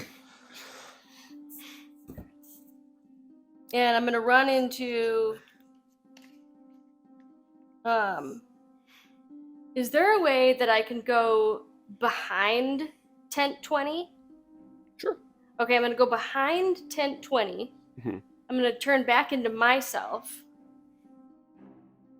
So you drop the disguise. And then I'm gonna go into tent 20 Yeah. and like sit down and chill with the party. As myself. Okay. As Darwin. So it's a roll for. Yeah, I would go stealth. Make a stealth check. Do I still get For the that. cloak of elven kind? The cloak is still on. Okay. Did you magically speed away, or did she said they just took off running away from us? Cast freedom of movement, which so- allows them to just like. But they moved. Slip They didn't anything. teleport or move. So But we'd it see was- the person. yeah. So I you ran. You see this person run and just book it for tent 20. Like run around behind, and then don't come back out around it again. You can chase, and you would technically be able to like use a reaction. I'd say that like an opportunity attack. Yeah, So if you wanted to like, as they run, Finn is gonna yell out, "Hey, come back!" And then she's gonna look over at Casparian. Yeah. And see if like, are we giving chase? Yeah, Casparian would have seen it when they took off. Would have seen the direction they were going, and used as a bonus action used Far Step to jump 60 feet in that direction, basically to in front of their trajectory of where they were headed. Okay. So you So are no need exactly for a where stealth the check. vampires are. Is that where Am the I right? vampires are? Not necessarily. No, this is No, they They scattered like vampires aren't in the cockroaches when I exposed them. tent. The vampires have scattered when the tree lit Okay. to find some place to hide so that they're not I'm being a little blinded. too late. I thought one was still by the tree. That is the one that there is that one. Yes, he did not run. He just kind of like peeled back and is trying to like move away from the tree, but he did not run as much. I imagine Cass would be kind of slow on the take, so about the time they disappear around the tent, where he would be like, "What the fuck?" and then, Go to- blipped over there. Yeah. Unoccupied space I can see. Well, I still have my dark transport at the guy by the tree, where I'm Yeah. allowed. I briefly turn to a flurry of ravens or a dark mist, Okay. and I transport up over 60 feet, and then forming a 10-foot line wall around me. They must succeed a Constitution saving throw or take a 3d10 necrotic damage. Oh, okay. So I kind of immediately go over, To that slam spot. right in front of him. So this was before I dashed? That was, No, this is not you. I don't know if you're still there, but it was whoever's by that tree. Oh, you're around them. Yeah, he's talking about. So Ezreal. was I running and then you just ended up in front of me Well, I suddenly? imagine the way things resolved, you got there, the time, like, you took off running, it's like, wait, what the hell? Where you And going, then I'd then? imagine Cass at that point would, when they'd see you disappear, or the person disappear around the corner of the tent, would be like, what the fuck? And then, like, blinked over in that direction. Like, kind of like you take off running with, like, We should stop them. kind of clicks and be like, this is weird. So would you have jumped there and there was no one there? I imagine to would have seen him around, because it's got to be a space I could see, would just be like the corner of the tent. Yeah, Like, be- they disappear and you'd be like, okay, that space I can see. Yeah. So I'd say it'll depend on your Stealth check? on whether or not you, when you get to that spot, you Yeah. see them or not. Fuck yeah! Nat 20. Damn.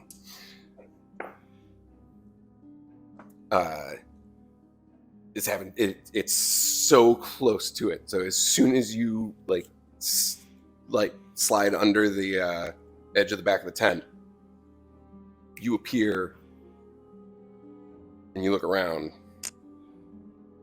and there's nobody there. There should be somebody here. Is it dark in the back of the tent? Is it dim light? It's dim. dim yeah. light. Okay. Like you I- see, there's like ambient torches and. I and you step get into the big nearest fire and dim stuff. light I can find Sure. and go invisible. Perfect. and just kind of like stand there and wait. All right. Okay. And I'm in the party, You're and in the I've just tent. sort of like sat down with people, A few of the other "Wow." attendants are, passing bottles around. And I see the They guys got that I some sent cards in out. there, Yeah. and that was before I put on a disguise. And so, like, hey guys, Oh, hey, what's up? What's yeah, going on? man. Oh, great party, cool. And then I just kind of chill in with everybody. Sit Just- down. I'm just chilled. You can hear the like chatter and conversation going on inside the tent. 'Cause it's just canvas. So I will look fucking weird.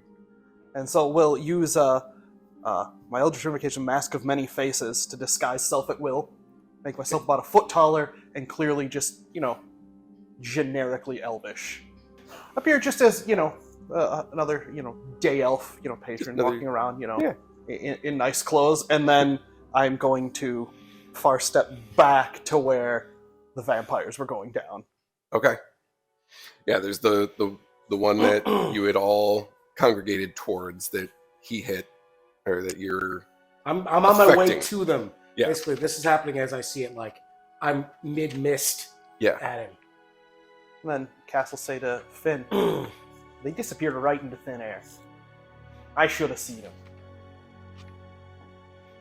I have a feeling we'll see him again. I don't know if I want to. I'm gonna. Can I roll an insight to see if I assume that it was Darwin? Oh, absolutely. Okay. I just hope Darwin's okay. I have a Well, 17 as a passive. I just wasn't sure. Yeah. Like she's pretty. Ah, dang it. All right, that's gonna be pretty bad. It's a 9 for insight. Yeah. So. Yeah, hard So hard maybe to not. gauge.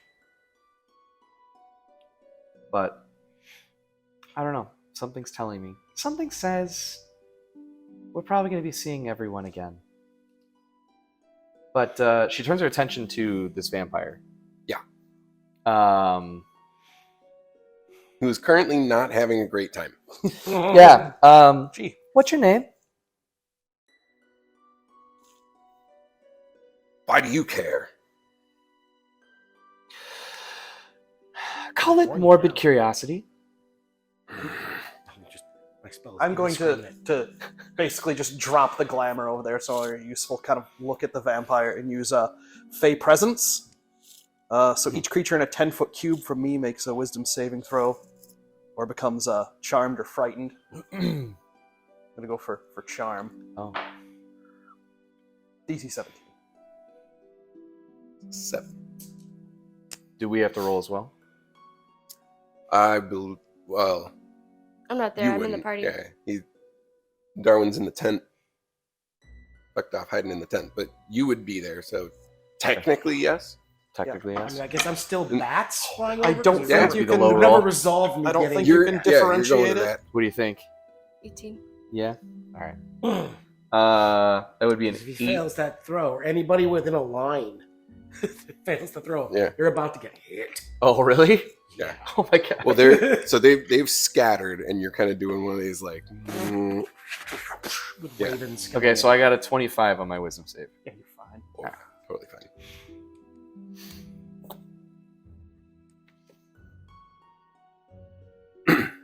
My name is Azriel. Not that it matters. It matters. You're gonna let me go. Whoa, Azriel, look, friend. Yeah. I think you should answer her questions. That's what I want from you. That's all we need. And then I can go. Sure. We'll work that out when we get there. I like so, it.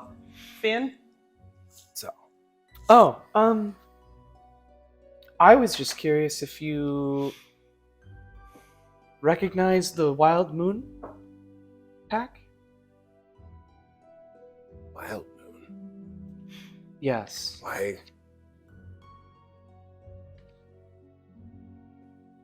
I remember that name. I thought you would. Yeah. No, they were fun. Put up a bit of a fight, but in the end, we came out on top. You're kind of grimy, a little gamey. There's just rage building in her eyes as he Yeah. continues talking. And at that point, she is just going all out. And I can smell them on you. they send their regards.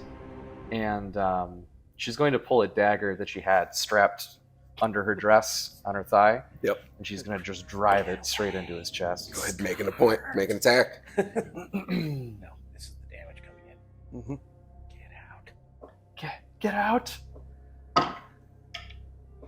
That is going to be a 15 to hit. Kind of like grabs your hand as you're thrusting forward. Just the tip is like barely touching the skin. He's like, easy now. Easy. I'm going to need everybody to roll initiative. All right, so we got everybody in order. We're going to resolve your bets. Ravens. Whatever. Yes. Ravens? We're going Ravens for We're flavor. going Ravens. Dig it. It's either that or the Mist. I think Ravens is more me. All right. Sure.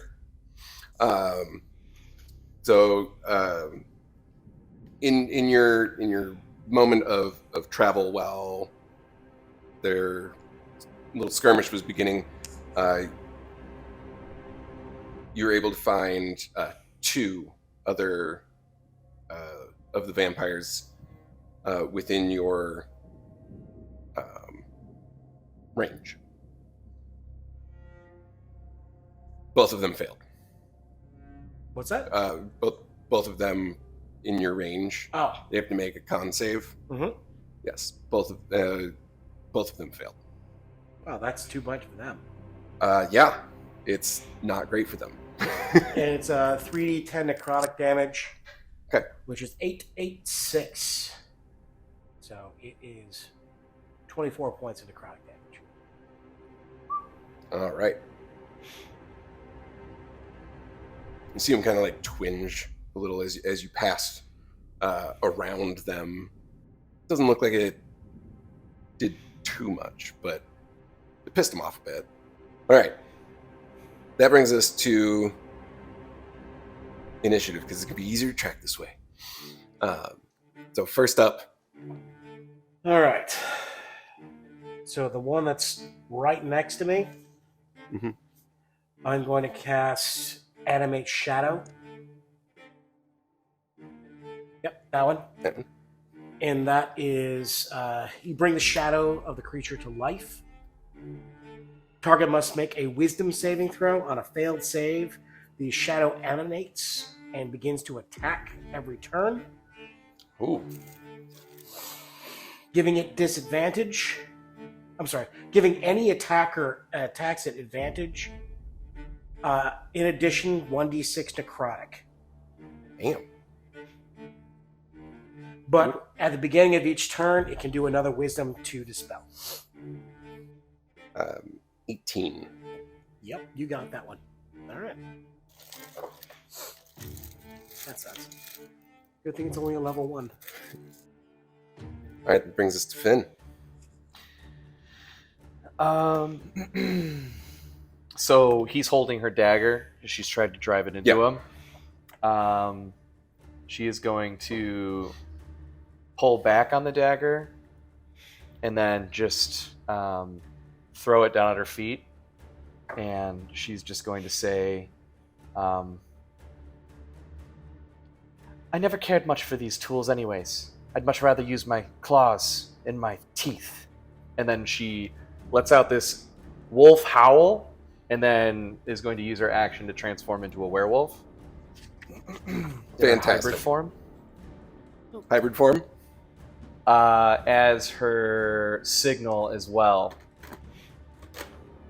to the rest of the pack.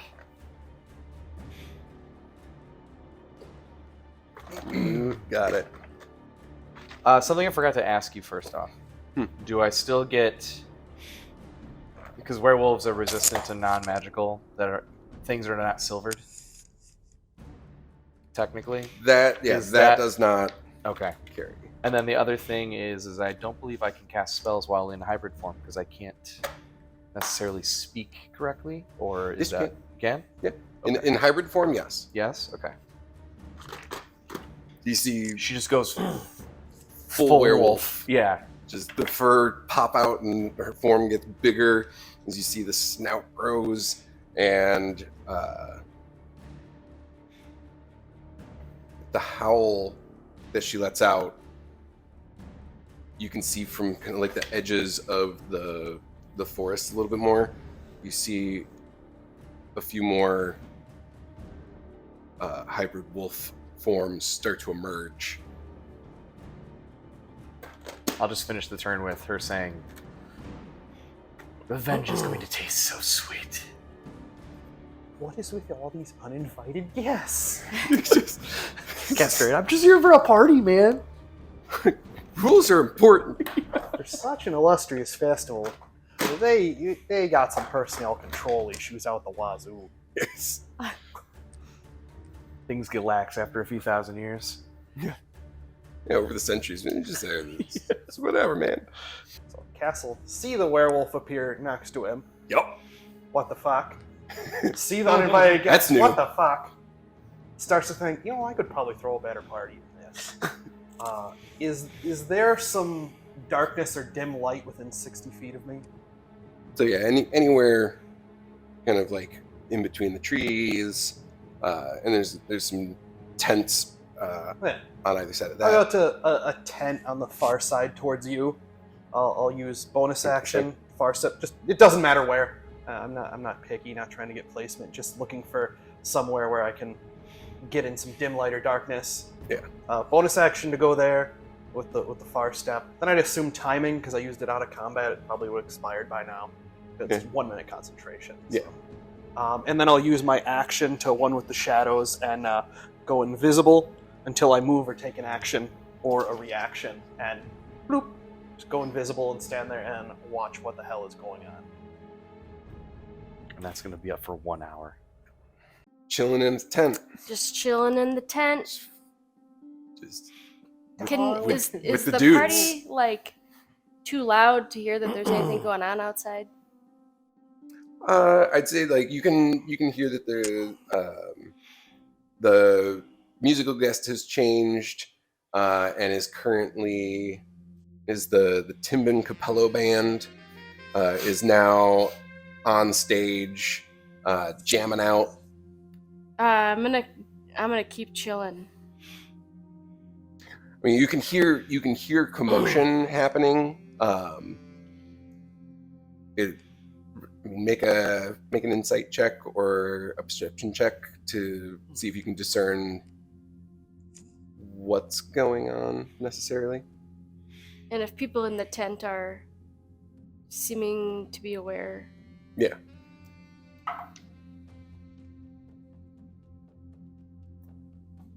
Ten. Anybody inside the tent seems to be kind of like engrossed in their own conversations, talking about work stuff, maybe playing some cards, telling jokes and stories, getting to know one another. You can hear the sexy sax music, just that just jamming on the stage, and you hear a little bit of like people moving around outside, but not in any particular fashion. Are the flaps open on this tent? I'll leave that one up to you. Flaps open or closed for your attendance party. You guys are trying to be a little sneaky. Yeah, then they're closed. At which point, these dudes are now trying to... This one's trying to move away still. This one... Oh, it's going to go this way. This one's moving up towards some of the mortal tents. This one is realizing that he's going to be accosted and tries to rush up on him. And then as soon as you turn into the werewolf, he's going to try and get some distance away from the light Were they within 5 feet? Would that be an attack of opportunity? Or? I'd say you're still within 5 feet. He's going to try and make a break. Oh, for it. okay. So you would get an attack of opportunity on him, and then Does a 24 hit? 24 hits. I'm sorry, 22. I apologize. 22 still hits. Still hits? Nice. Oh, perfect. 2 1s on d4s. 4 points of slashing damage. Oh, but because I have the slasher feat, when I attack with my claws to slash at them, I reduce their speed by 10 feet until the start of my next turn. He's not going to be moving super quick. And then that one is going to attack at one of the werewolves. You see, he just kind of like digs his hands into the shoulders and starts to kind of like grapple and wrestle with them. We're back at the top. Felden. All right, so I take my bag of bones and just kind of open it and dump a giant pile in front of me. Okay. I guess that's probably my entire action then. Empty out all the bones. Well, not all. It's a bag of holding. I just make a pile. Yeah. Some bones. Them bones, if you will. Them bones. Finn. She is going to close the gap on this vampire in front of her, Azrael. And she is going to perform a multi-attack to claw and bite him. Slash out with one of your... Yep, slash with one claw, and then she's going to bite down on his shoulder. Or try to. So that is a... Oh, that was almost... probably not. 13 for the claw? No. Okay, and Still then... kind of like dodges a little bit out of the way. And then the bite is 18. 18 will hit. Okay. Momentum, you're able to like try to get the claw and just miss, but as you pull in, you're able to sink down and Get a good taste. get a nom. That is going to be 9 points of piercing damage. Okay. And then that is going to end her turn. Cool. Right now. You're not getting away. Filthy wolves. Cass. Assuming the grid spaces are 5 feet. Yes. Like standard, okay.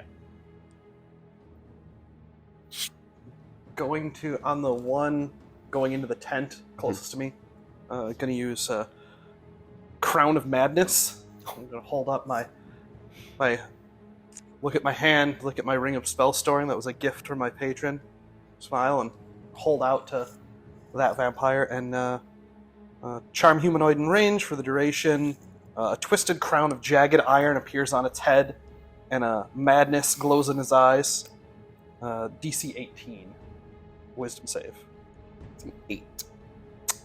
Alright. He is charmed for 1 minute, and he must use their action before moving on their turn to make a melee attack against a creature other than itself that I mentally choose. The target can act normally on its turn if you choose no creature. And then on subsequent turns, I can use an action to maintain control. They can use a wisdom saving throw at the end of each of their turns to end it. I will move over closer to the bright tree. Just basically, just put me underneath the bright tree. It seems like a safe place for vampires. Hey. And I'm no longer invisible. All right, the rest of the pack gets to go now. Yes. Now they're here. So the pack is descending into the spaces, and they are coming in with a fury. Wait, pack of what? Werewolves. Oh. Tiny werewolves. This, Tiny little werewolves. Slow guys. I mean, yeah, Teacup. not to werewolves. scale. My family. This one's able to slash back and start engaging. That one's going to come up and just kind of like howl call to you. Nice. Letting you know that they are here and they are ready. Well, my rolls are garbage tonight. Yay. The only other one that hits is the one that's up there.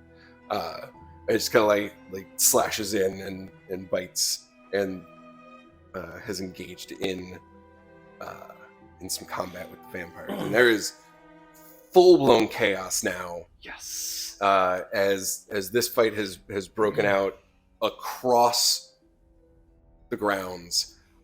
Any of the other patrons that are here are freaking out. They're scattering. They're like crowding up by the stage and rushing up into the vendors, like all the way across from everything else. A few people seem kind of unaware, and you notice that Mithralon is still lounging with people on his little sofa thing, and he just kind of goes, Good. This is new. No, it's totally new. Darwin, you now hear commotion outside as one of the other attendants is like, what the fuck's happening out there? Flips open the flap to the tent, and you see literally you see this whole situation, and you see the glowing tree just like feet from you, and you're like, shit.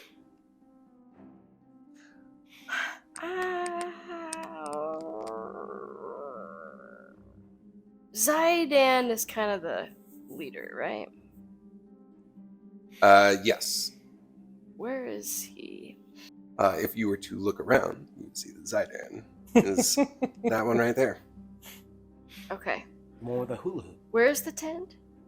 So you're in your tent. Okay. This is tent 20 was over by this tree here. So you're just in that tent. These are some of the mortal attendant tents. Currently you see Zaidan just like standing there and like looking around, little dazed. Just got a little sway going as people are like running. You have that twisted crown of iron. Mm-hmm. He's just. Where is the woman who was bitten? The one that was unconscious when you first ran up? She's just like on the ground over here near one of the tents. She would end up turning into a vampire, right? Not necessarily. Oh. Only if you went through like the full ritual of things. She's just like hella drunk, and he drank a little too much blood, and she's just kind of passed out. She's having a really, really hard nap. She's not dead, although she would be very close. It wouldn't take much. I think that for the moment, I am going to back my way backwards into the tent, kind of doing like a Peek your head out. Right. And so I think I'm trying to figure out like what the heck I'm gonna do now. Okay. So you take a moment.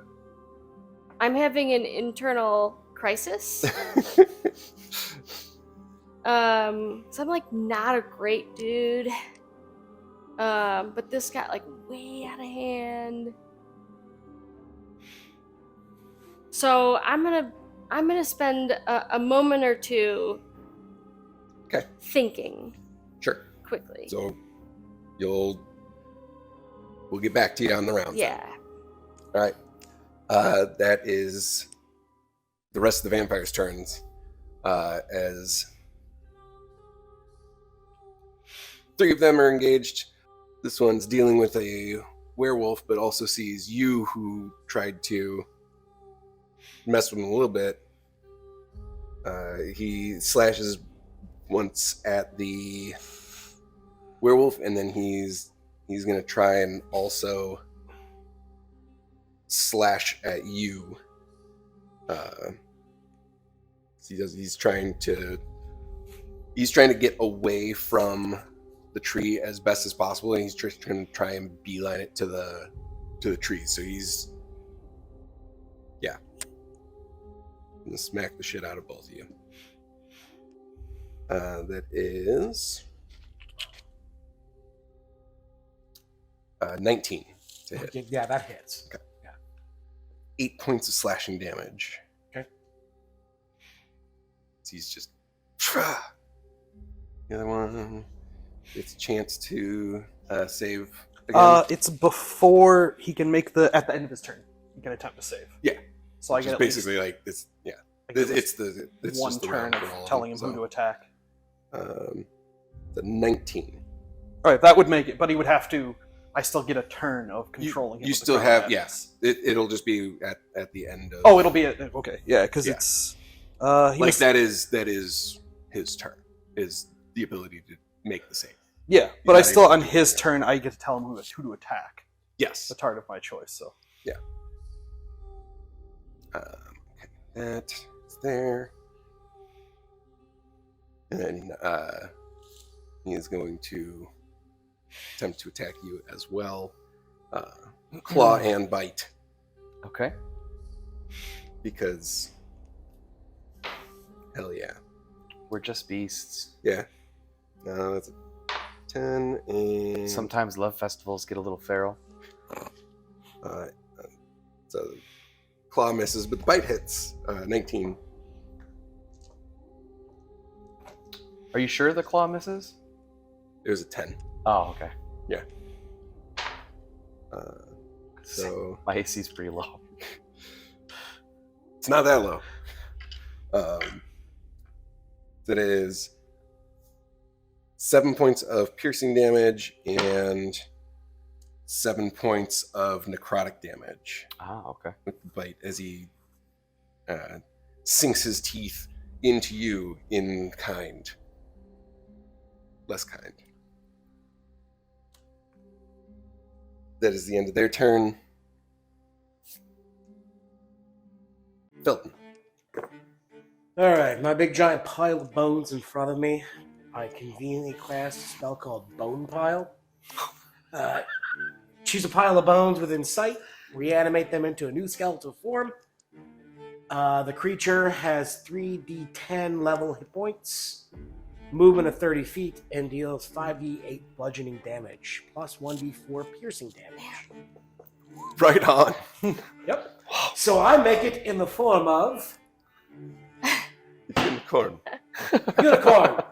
Except the unicorn has a human skull with a horn coming out of it. The skull lives of a barber. I shall name him Pilnor.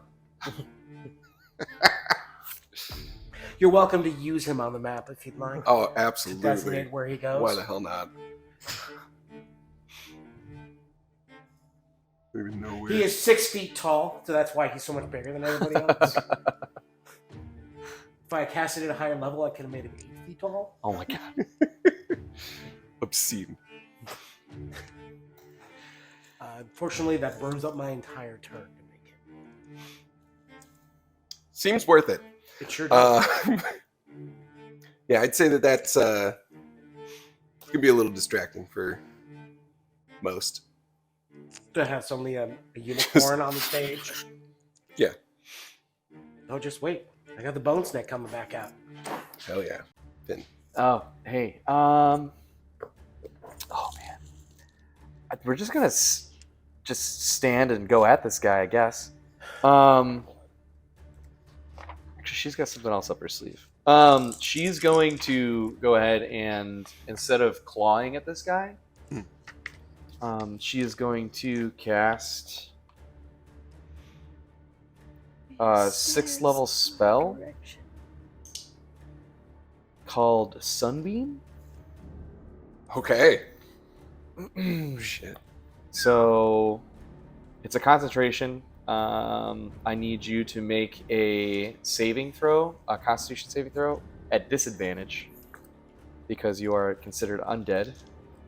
Very much. Constitution? Yes. 5. Okay. And this goes for 60 feet in a straight line. Would I be able to hit the other one as well? Or no? I mean, yeah. Or would you want me to move?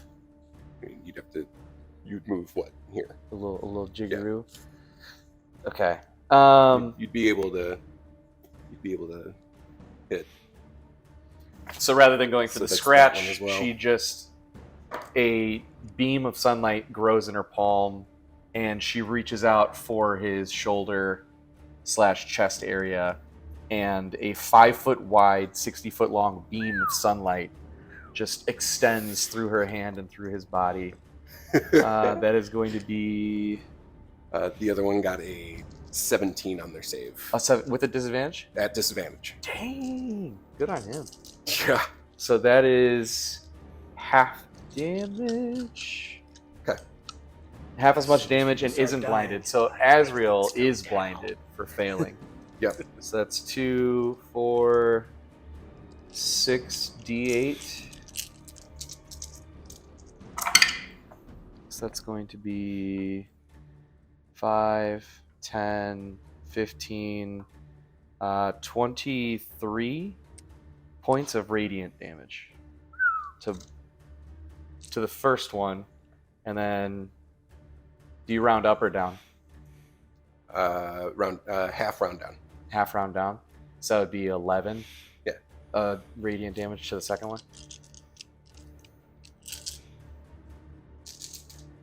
Oof. And then she's just going to like lean in and be like, "How does that feel?" He just screams in agony.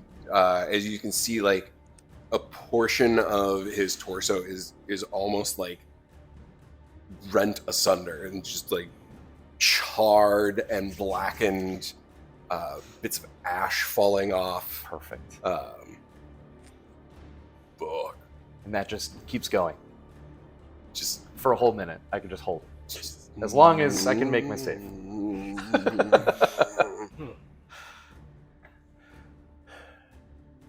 Damn. It's brutal. Okay. Cass. So are we going to resolve the Crown of Madness on my turn? For the Yeah, guy? we'll Okay. resolve it right now, knowing that. Yeah, no, because I have to Yeah. decide if I want to use my action to maintain it. But if he, because it's supposed to resolve on his turn, so then I Yes. can, because he would break it at the end of his turn, then I wouldn't be able to sustain it to use my action on my turn. Because I would know in advance of the turn Yeah. if he broke out of it, Yeah. like as it resolves. So I at least have one turn of telling him to, attack someone. Yeah, it should have been when you cast it. No, it's on his turn. Everything resolves on his turn. Ah, got it. So I just do it, and then only thing I have to do is decide if I want to use my action to sustain it on him. Gotcha. Then yes. So I would just told him to attack the nearest one in range that's trying to beat on Felden. Yeah. Rushed up here. Or no, the other vampire. Yeah, he's not the other vampire. Yeah, not me. this is the vampire. You would say attack. Oh yeah, the attack vampire. that one. Yeah. I thought he was having him go at the other werewolf. Yep. I was trying to run up in there. Have him How much attack his distance would you say compatriot. is between all three of those vampires? These three. Yeah. How much distance? Mhm. About 25 feet from here to here.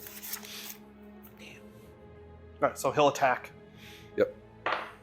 Swing and a miss. Oh.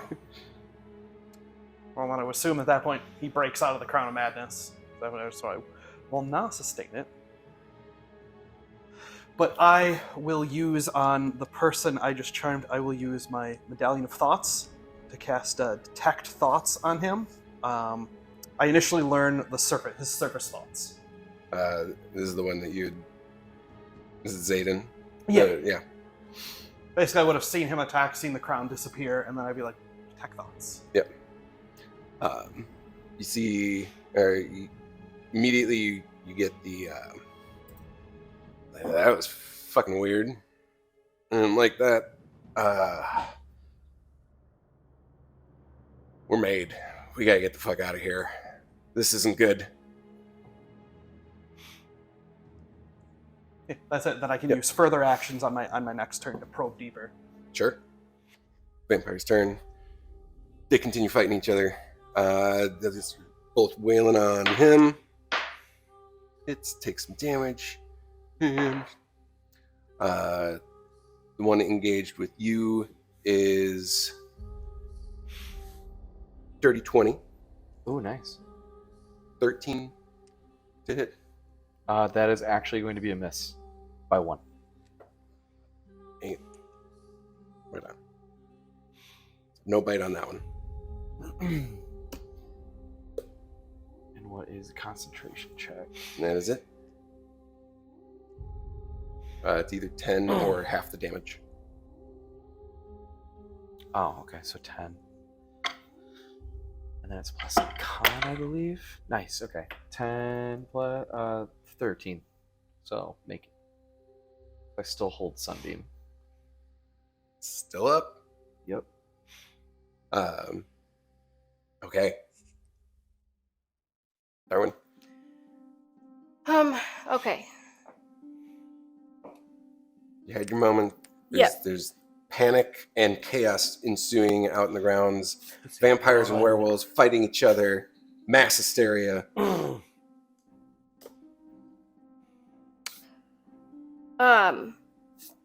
I can cast, as long as I take a spell slot, I can cast the same spell twice, right? Yeah. Okay. Oh, well, that's more fun. As long as you have a spell slot for that spell. Okay. And I only They have get a one multi-level action, and cast. then it would be, so I could only do one spell. Yes. Okay. I think I need to wait on the locations of where people are at, so I'm gonna pass this turn. What you can do is you can hold your action for this Okay. turn for a moment that'll trigger the action to happen. Okay. So what are you looking for to happen Okay, actually, before no. you do stuff? So in the tent, Mhm. I'm going to be kind of, I'm going to face away from everybody in the tent. Mhm. Just sort of like, I don't know, I'm like picking my nose or something. And I'm going to use alter self. Okay. And I'm going to alter my face. Okay. So that it's kind of not recognizable. Sure. And then while I'm in there, I'm gonna just sort of casually take off anything that is would be noticeable to like identify me. Okay. So like if I have like a red scarf on, I might slowly Yeah, kind kinda of like- pull it off or Like something. toss your jacket, your vest. like I'm getting warm or something you're like just, that. Yeah. Just down to like your undershirt and it's like super casual, very chill. Yeah. Yeah. So that, and I'll use that as my turn. Brings us to Felden. What's the gray guy in the center there? That That's one? you. That's Cass. Okay. Yep. What is the distance between Cass and the other 3 guys? Like that big circle area. Just this yeah, area, about 25. 25. Yeah. Okay. So if I were to 30. go like 5 feet inward from him, it would hit everybody but the werewolves and me.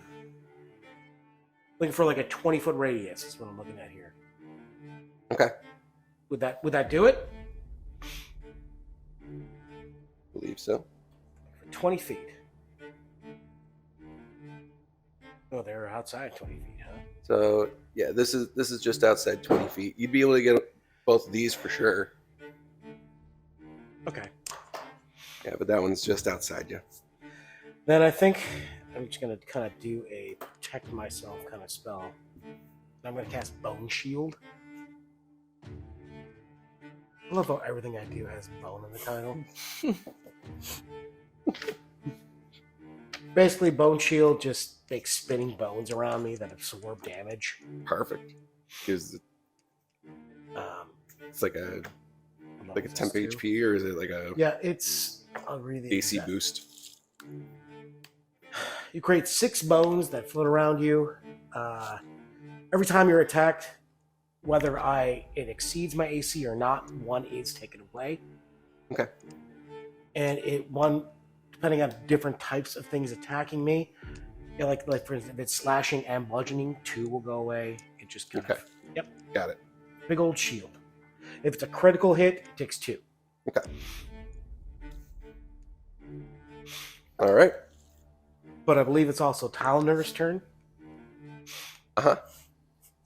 Who's going to take a mighty swipe with his majestic horn at the gentleman right in front of me. Okay. It's beautiful, beautiful horn. Beautiful, shiny, glistening horn. It's majestic. Yeah. Yeah. And that was a 16. That hits. Awesome. And then that is... So as everything's going on, you see that they're engaging with each other and kind of like pushing and pulling during the battle. The band continues playing, just more and more. Really just kind of setting out a whole tone to the absolute chaos on the fairgrounds as you see these the members of the vampire group battling against and exchanging blows with these werewolves who have, to the rest of you, come out of fucking nowhere.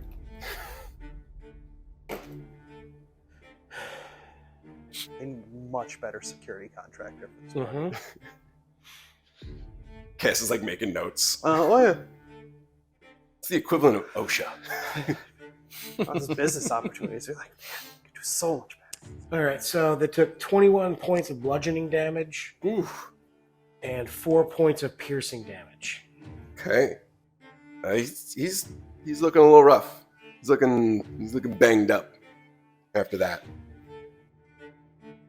He shouts out, "What the fuck is that thing?" It's still going. Just still beaming going. away. Still going. Make the save again. Yep. With disadvantage, it's a 15 con. Nope. And then the other one? Nope. Alrighty. 2, 4, 6, 10. So that is going to be 24 more points of radiant damage. Oh shit. She just holds it, and she just she's just yelling out the names of the wolf of the tribe. Anyone that passed from the Wild Moon Pack. She's just going through and just in rage, just screaming their names. And she's just like, "You will join them." Should have taken all of you out. Should have never let any of you live. He lets out one final scream and is just disintegrated into nothingness. Leave the spleen behind. I can do things with it. There's more spleens. It's a little light shard. It's still good. It's still good. He said disintegrated to nothingness. Damn it! Just kind of, a charred pile of bits. It might be Bits I something. can work with. Might be something salvageable. Who knows? The other one,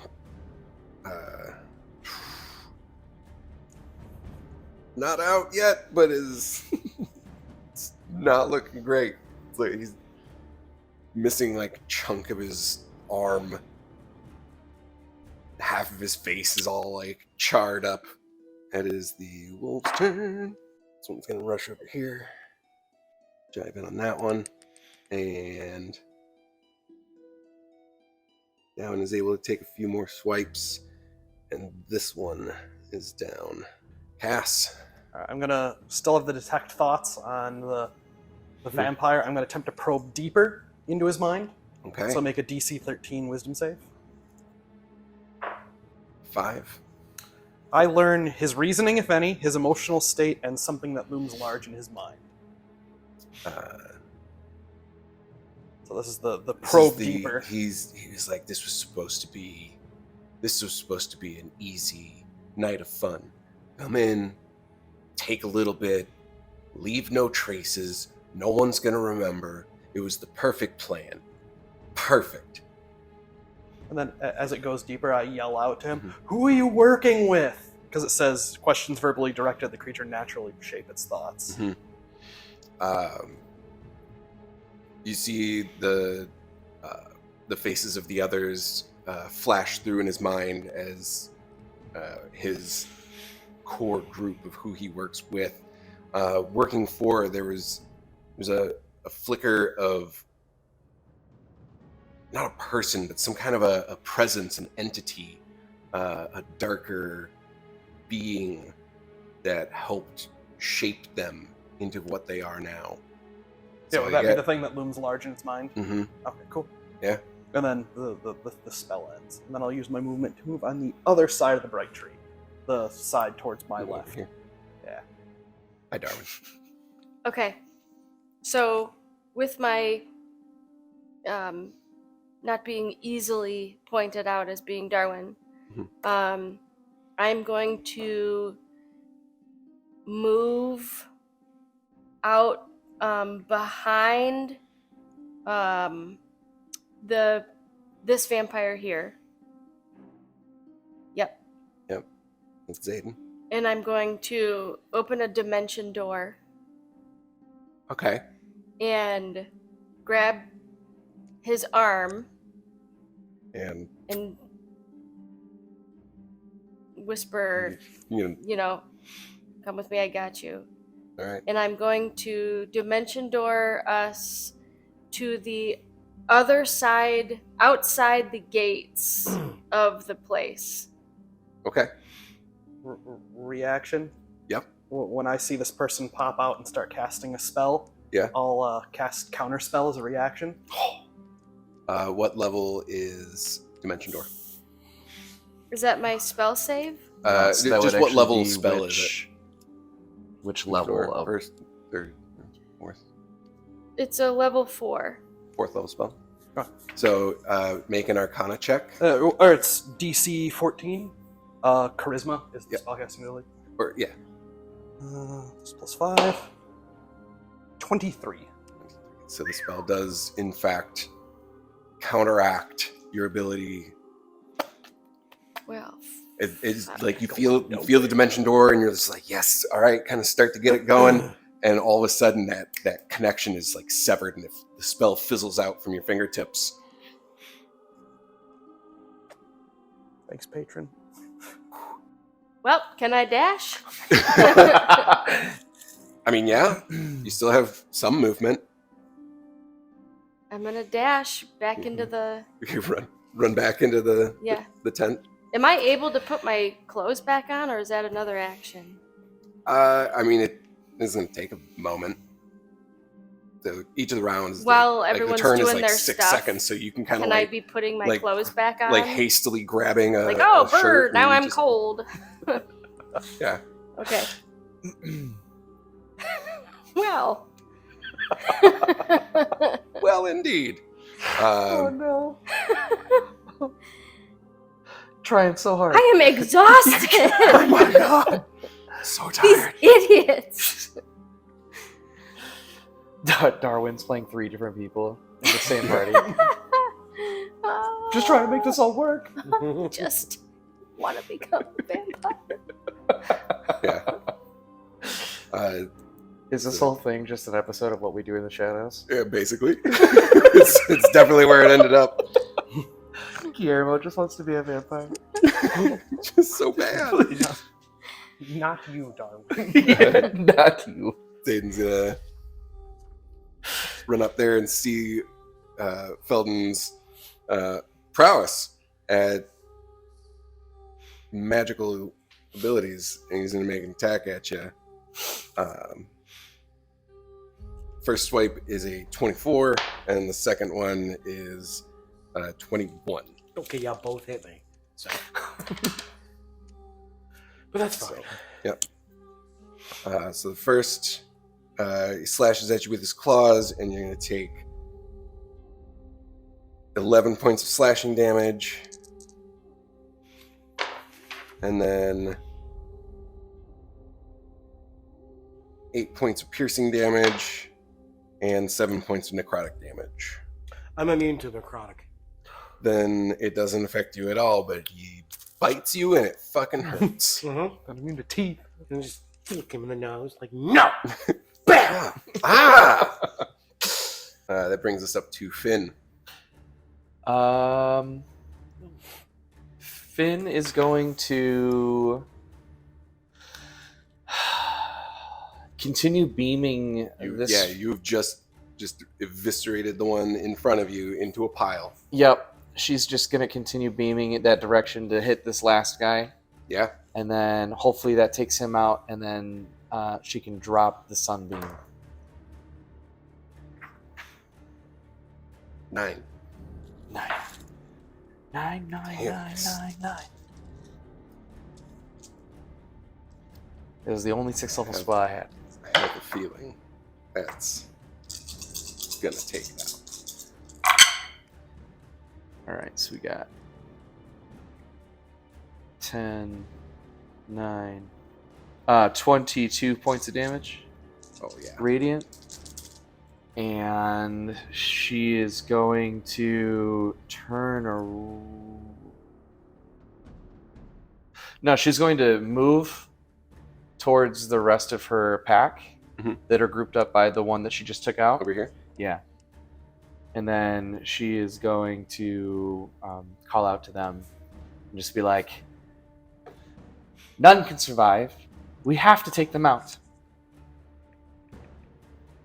They turn to you and just kind of like, and then we'll turn around. But she will drop the sunbeam at this point. Okay. They're going to move ahead a little bit more. Be ready. The others are still engaged. Nope. And nope. Pass. Alright, I will go invisible and move me 30 feet towards the tent where the being that tried to help the vampire. Move me 30 feet towards them. Thanks. Darwin. I'm gonna settle back in on the couch with my friends, Just fucking... pretending like I'm having a great time. It's so great. Everything's super cool. Hello, fellow attendants. How are you? While you're doing that, like one of the other attendants like got the flap half open. And he's watching. And he's like, "Dude, this is fucking crazy! Like, there's all this shit going on." And kind of like describing the events that are going on. I told you it was gonna get crazy It's like out a there. werewolf out there. It's like shooting light out of its hand, and Whoa! this weird horse thing with like a person skull and a horn. That's wild. Wow. I think we should ask for raises. Hazard pay. Yes. That. Belden.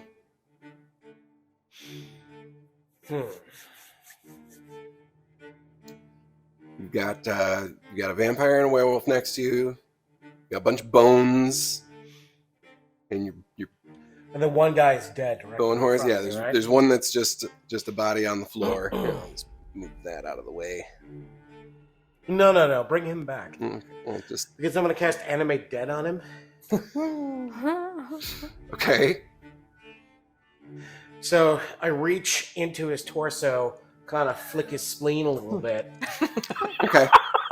Totally normal. Totally normal. Flick the spleen. Yep. Which allows him to come back. Target becomes a zombie. Which is under my control for the next 24 hours. Zombie vampires. 24 This party hours. This is everything. Yup. This is so weird. All right. So now we've got zombie vampire. And then it's what do they call him? Tylador? Yeah. His turn Yep. to attack the other vampire in front of him. Yes. That's not going to work. That was a 3 on the attack roll. Definitely not. It's a daisy. Drops it on his toe. Gets distracted, starts like snacking on grass.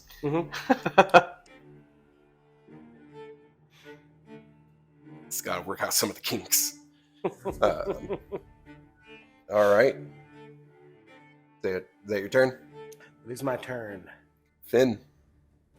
All right. She is going to move up next to the werewolf that got hurt, and she is going to reach out and touch them for a cure wounds Ooh, at 4th level. lovely. That's going to be 4d8 plus 3. Nice. It's going to be 27 points of healing. Wonderful. And Nice and bolstered. Yep, she's just going to continue on, just Clearish. yelling out, "Take them all out!"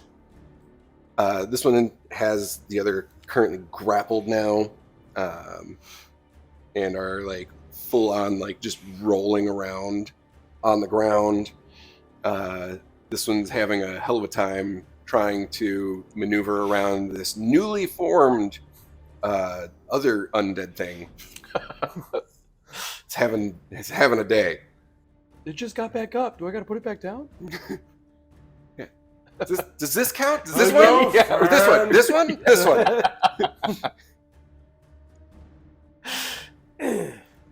All right, that brings us to Cass. Cass. All right. So Invisible and making your way towards yeah, the well, tent. Cass, I'm assuming would have seen the person kind of looking out the tent flap. Yeah, you see someone kind of like talking back. Do they look like they're like in distress, or they just kind of look like, yeah, what's going on? Like they look pretty neutral, kind of. They look like they're like panicked and trying to relay the information of what's going on outside, in a very like unofficial sports commentary yeah. kind of way. All right. So Cass will move in such a way where he'll kind of swing, so he's coming around the edge of the tent as he sort of reappears and moves into the tent. I think I have enough movement. Yeah, you'd be able to get like just inside the flap. You'd have to do a little I'd say it's like an acrobatics. Yeah, he doesn't want to startle the people looking out. Just kind of like just it's going to look like he came around if, the side of it. Yeah, Are so you if you can. invisible? No, I'll come uninvisible as I come around the corner of the tent and in through the flap. Got it. Okay. Okay. Just kind of strolling in, and then what do I see? Who needs a beer? Inside the tent, you see a handful of some of these attendants hanging out. The one near the entrance of it is describing what's going on. The rest of them are all kind of like, dude, it's crazy. Like, just wrapped in attention. And a couple of them are kind of like leaning so that they can see out through, whatever field of vision they have. And do I see the person that I saw try to seemingly aid the vampire? Yeah. Oh. Sitting there on, in the group of everybody. It's not a large tent. It's like a. I was disguised when I ran out there.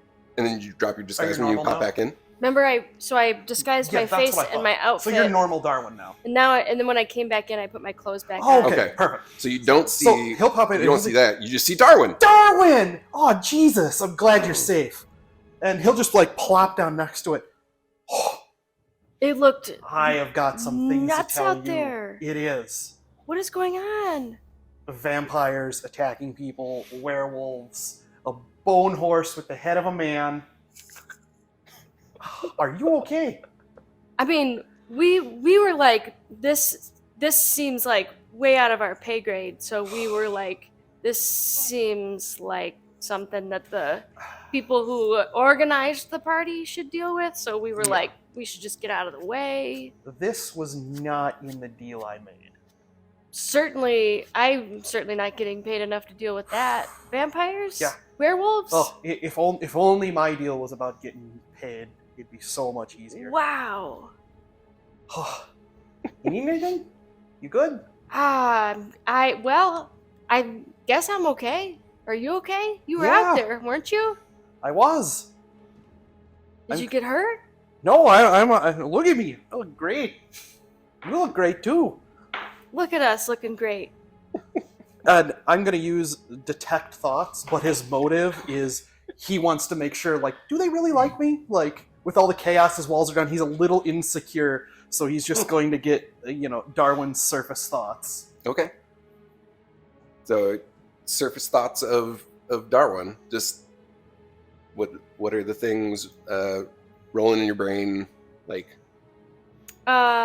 first blush? What would you sense?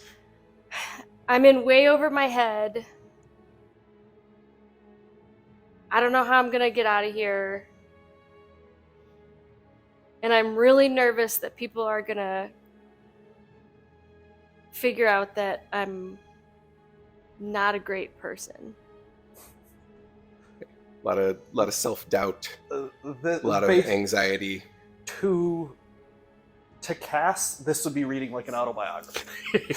So you kind of see the look, like you just see his face soften, looking at you, and you wouldn't know he's reading your thoughts unless I probe deeper. And his face would just soften, and he would just look at you like he's looking in a mirror, and he goes, "Oh, buddy, you're in some shit, eh?" What do you mean? You need to get out of here. And then I figured he would kind of end his turn at that point of like when he gets the thought and kind of recognizes that you're in distress, and he's kind of like, oh, like, yeah, I wish I had somebody like me to help me when I was in the thick of it. Like, so he's just responding pure emotion to emotion. Like, yeah, what do you need? Okay.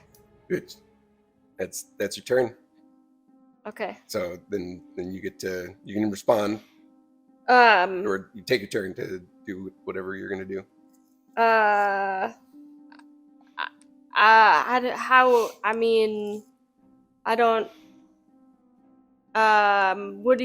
What do you mean? You need to disappear and get out of here? Can make that happen. You know how to make disappear someone else? I can help with that too. What do you do? What do you? You're not the only person who has a dark past. Dark. Hell yeah. Look, we don't really have time to get into it. It's as simple as, do you need help getting out of here? Yes. All right. Nice. Are you also getting out of here? If that's where you need somebody to help you get out of there, I'm going with you too. I'll be fine either way. I'm connected. Oh. He knows a guy. Like you've got friends in high places. Oh yeah. This actually sounds quite fantastic. All right. Let's. Interesting. Okay, wherever you're going, I'll go. All right. With that, we'll end Darwin's turn. As vampires continue to fight and struggle. So we're at Felden. All right. You got a couple of new things here in front of you that you get to play with. So, yeah. What are you gonna do? Well, let's see. You got two things under your control. I think you can only use a bonus action to control one of them. Correct. Per turn. Currently, Zayden is trying to fend off both a zombie version of his former ally and one of the werewolves. So he's being like pressed on two different fronts, holding his own. Well, I think what I'm going to do... What's the space between where he is and the other vampire? About 20? So Yep. This is 20. Oh, so not enough. 20 is Got directly it. So not between, enough which would between put the two. it All just right. puts both of them like directly on the edge of it. Throughout their little scuffle, they've been moving around and have probably gotten just within 20 feet. All right. Well, if it's within 20, I'm going to cast Blood Rain.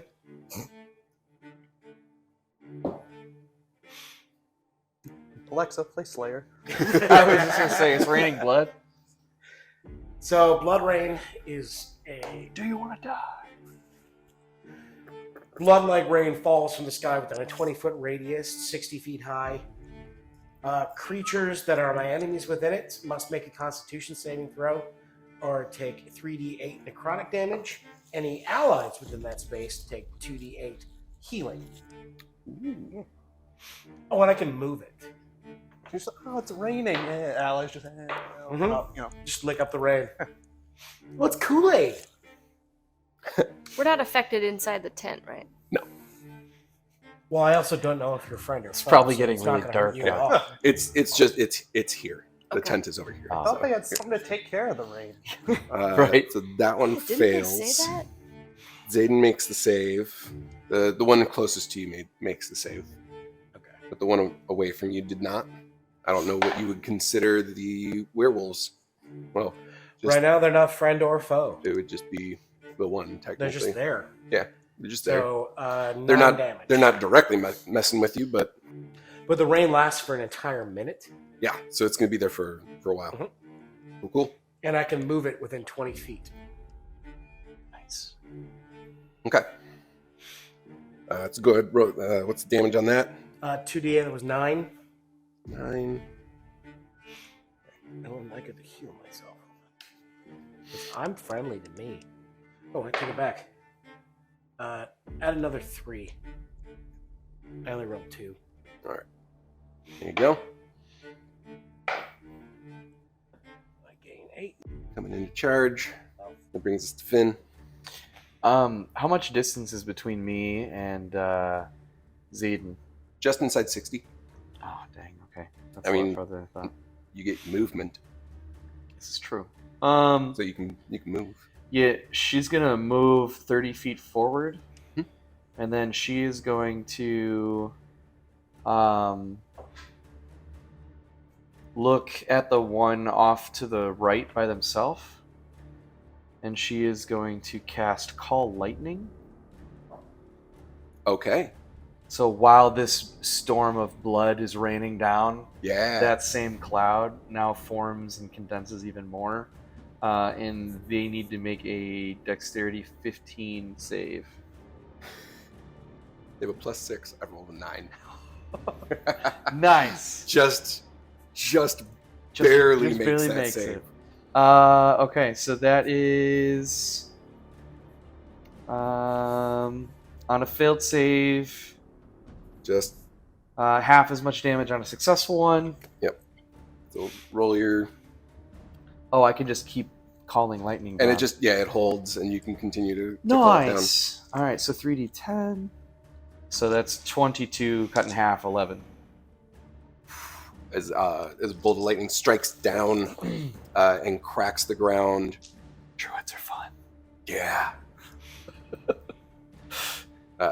It kind of like knocks him down to a knee. And he starts to kind of like press himself up again. He's been brutalized. Perfect. Yeah. As she's walking closer, she just looks at Filden and looks around to try and find Cass, but doesn't see him. So she just looks at Filden and she's just like, "Are you okay?"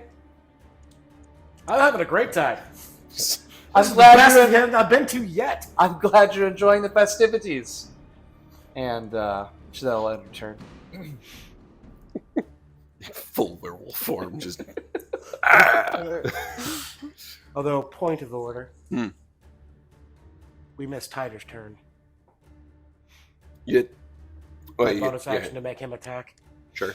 What's that? It? Yeah. My little pony wants to smash. Yeah, that's it. My little Absolutely. pony. Go ahead. My little bone boner. Hmm. Oh, no. Intentional.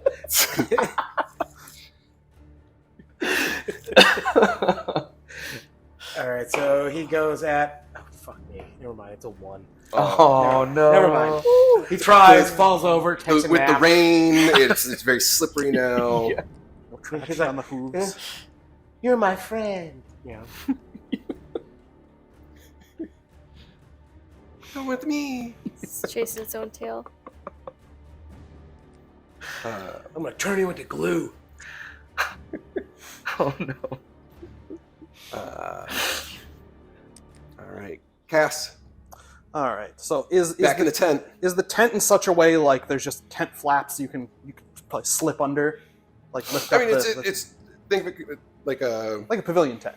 yeah, I with slipped sides. in and out of the back. Okay. yeah. You can. Canvas It, part it of takes it. a little more to go through like the side or the back So- of the tent, but there's like He'll motion to Darwin, like they're all watching the show, and motion to like slip out from underneath the tent. sure.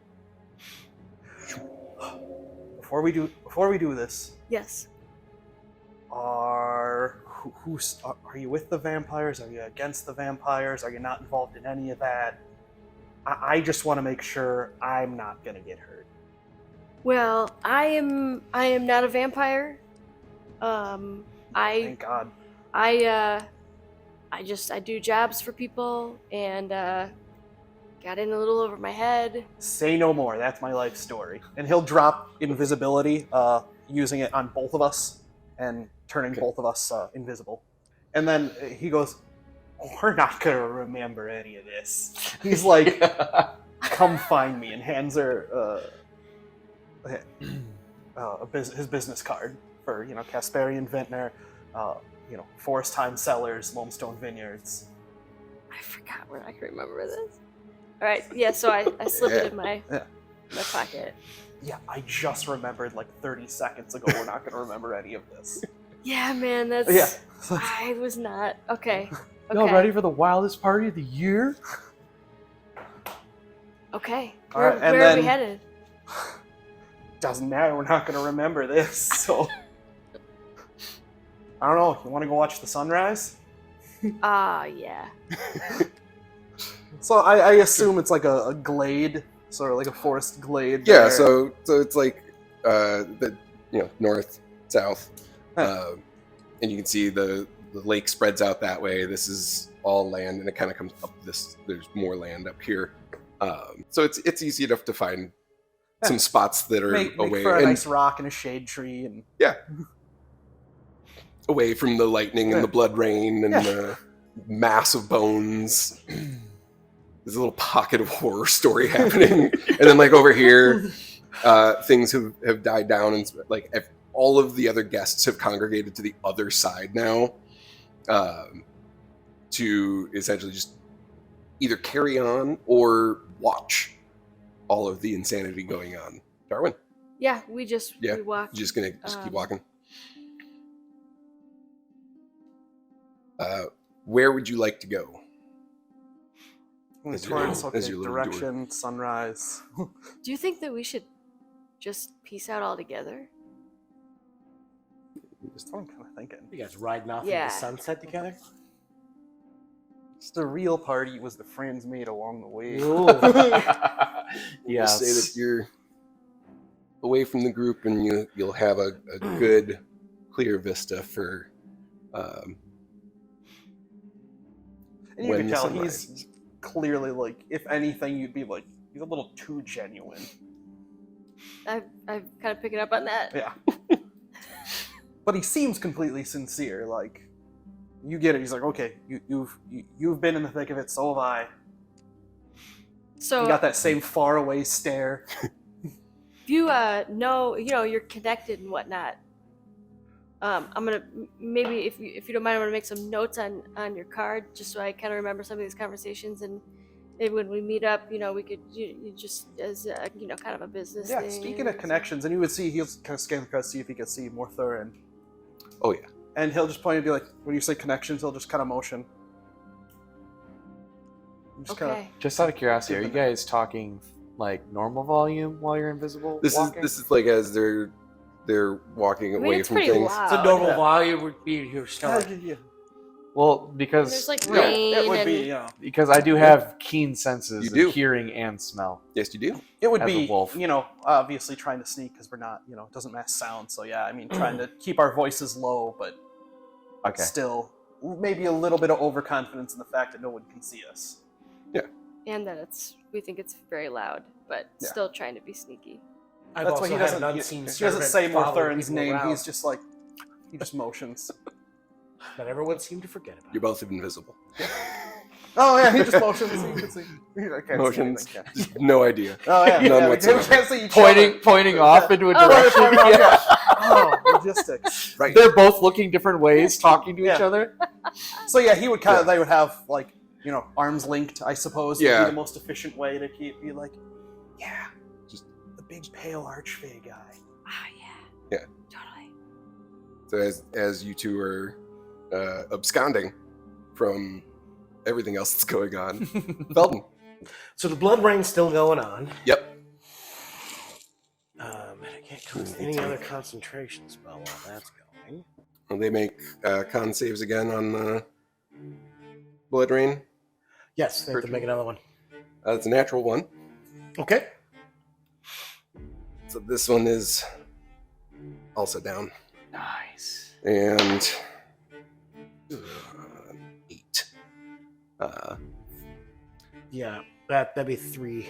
Zayden is 8. currently the only one still standing. Not by much. You guys also would have crowded at that point. Yeah, it's not going to go well. He is currently boxed in. Yep, the leader is in front of me, yeah. He's been hit a few times. Several. Yes. Several. I cast a spell called Draw Blood. Point Okay. towards a wounded creature that you can see within range and cause the blood to pull forth. If target current hit points are equal to or less than half of its maximum hit points, it must make a Constitution saving throw. On a failed throw, target takes 3d10 damage. Or half if it succeeds. 20. A 1. Natural one. Yikes. no. That'd be 3d10. Oh Yeah. no. Oof. It doesn't hurt. That's the point. That is. I can tell you just without having to roll, unless all of them come up as one, is going to drain him. You start to pull the blood from his body. The werewolves all kind of like grab and pull him down and hold him as he kind of struggles Yes. and then goes limp on the ground. He's now unconscious, mostly bled out. So we are going to drop initiative. All right. So the minutes passed, the blood has just ceased raining, Yeah. but I'm just floating a giant ball of his blood above my head. That's a visual. As we're nearing the last tent or table or whatever, Yeah. just gonna snake 2 bottles off of it, Sure. you know, as passing by. And, Are the bottles, do they become invisible, or are there 2 it's floating anything bottles? I'm holding. Okay, So yeah, it's my possessions. Good. So yeah, it's awesome. 2 floating bottles. Just 2 floating bottles. This part, some guys watch. This party has everything. Whose unseen servant is that? Right. Yeah. Actually, no. Listen, my unseen servant has finally come back to me to report Just to make all it- he's seen. As I'm about to grab them off invisible, I use Misty Visions, which allows me to cast Silent Image at will, to make 2 images of the bottles as I pick them up. So it'd be a Nice. brief, Look at- Excellent. Look a at brief Indiana jaunt Jones. as Listen, they- Genius. we want a nerd fight, and suddenly I just cast True Vision. Yeah. Right. True Sight. But no, unseen servant's telling me. Yeah. Oh, this one So ring. as the chaos of the fight starts to settle down, the raining of blood ceases. The other werewolves are there. She They- sends them off. Yeah, they huddle around, check with you, make sure everything's good, and begin to depart. out through the woods from which they came. She's gonna revert back to her mortal form, her standard, and just kind of look around. Yeah. I guess get a vibe check from Phaelden and the Vibe check from Felden is giant bone horse, orb of blood. And a zombie. Yeah, you know, it tracks. Vampire. And his What? Hell of a goth face. But Mithralon, I guess she's gonna look over at Mithralon too, and just see if there's any adverse. Just watching with like this unabashed glee. Like that was something. That was really something. Good job. Excellent. Nice. Nice. Knowing that Yeah. that they're not going to remember any of this, he tells Darwin his entire story about how he Amazing. left home, was, wanted to strike on his own, be his own person, not run the family business. Was just taking odd jobs, working in a kitchen, and then that gave way to taking odd jobs, killing people for money. And then he met his patron and, kind of on an upswing of moving back to Solaire and taking over the family business and, trying to put that chapter behind me. But, once you start killing, it's each time gets easier. And that river of blood just keeps growing mile by mile. There I Like, go, he just killing pours it. all of it, like, there I go, killing again. He just pours it out, he goes, oh, that was a burden that needed alleviating, and the best part, you won't even remember it either, so you don't have to deal with it. Man, what a party. This is great. So, is he speaking at the volume isn't speaking? I figure we're gone at this point. Kind of. Yeah. Yeah, like but out of the.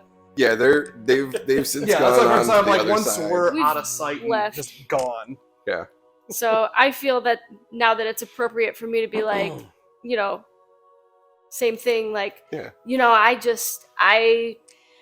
I've just been searching for, like magic and power, and I want to live forever. And so I got messed up with these guys, and I told them I'd get them into this party, and then they were gonna make me a vampire. But it's not like I want to like kill people or eat them. I want to live for a really long time, and I just got way over my head, and this all happened, and whew.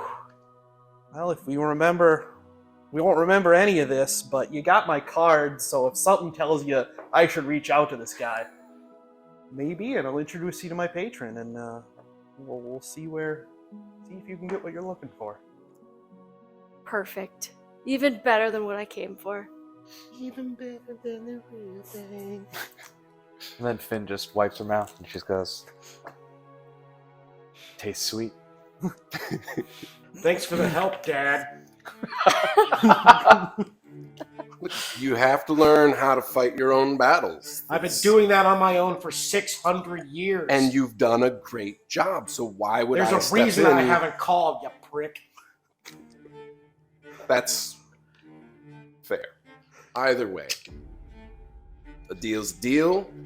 You can take your things and the bodies. We should probably maybe clean those up. What you didn't Yeah, notice it's is I they're already had my unseen servant. That's team great. Just collecting things and throwing them into my bone bag. Bone bag. Right. I'm gonna work on your naming conventions. I propose bone attaché. Yeah. A bone attachment? I don't get where this is going. Yeah, it's like bone snake, bone attachment, bone snake.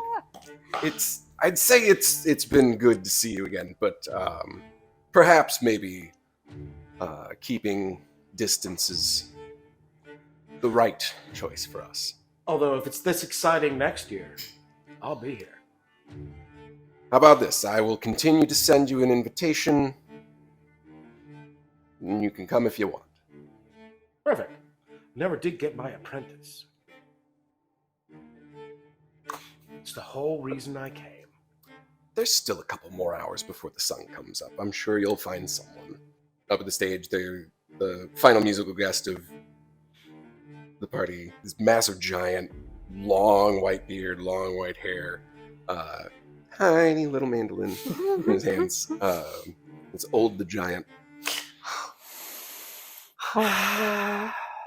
Begins to play as as you can start to see just the faint precursor to sunrise in the sky.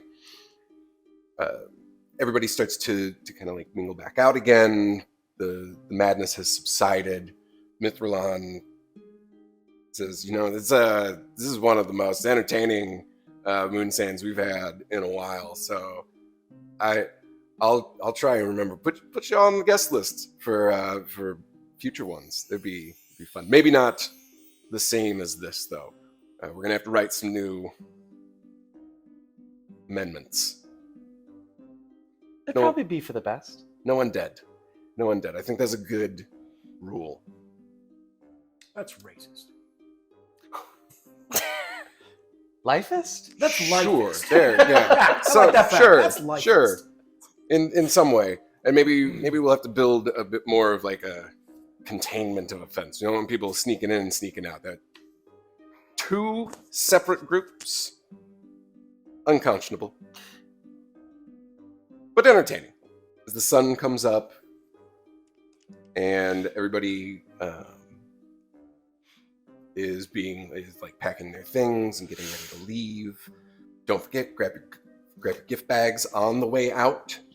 They have cards and notes in there and labels for everybody, so you can remember who supplied you with all of your things. As the gates open, you see another group of people standing there, waiting to get in.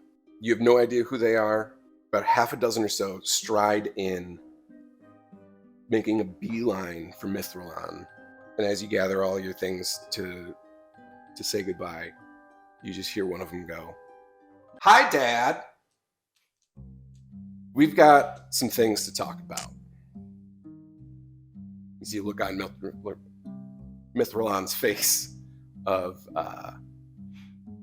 abject surprise, a little bit of fear. First time you've seen any amount of nerve cross his face. And that is where we're going to wrap things up for tonight.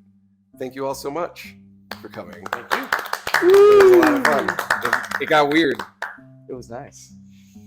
This one shot brought to you by Moon Sands. So delightful and dreamy, you'll forget you were even there.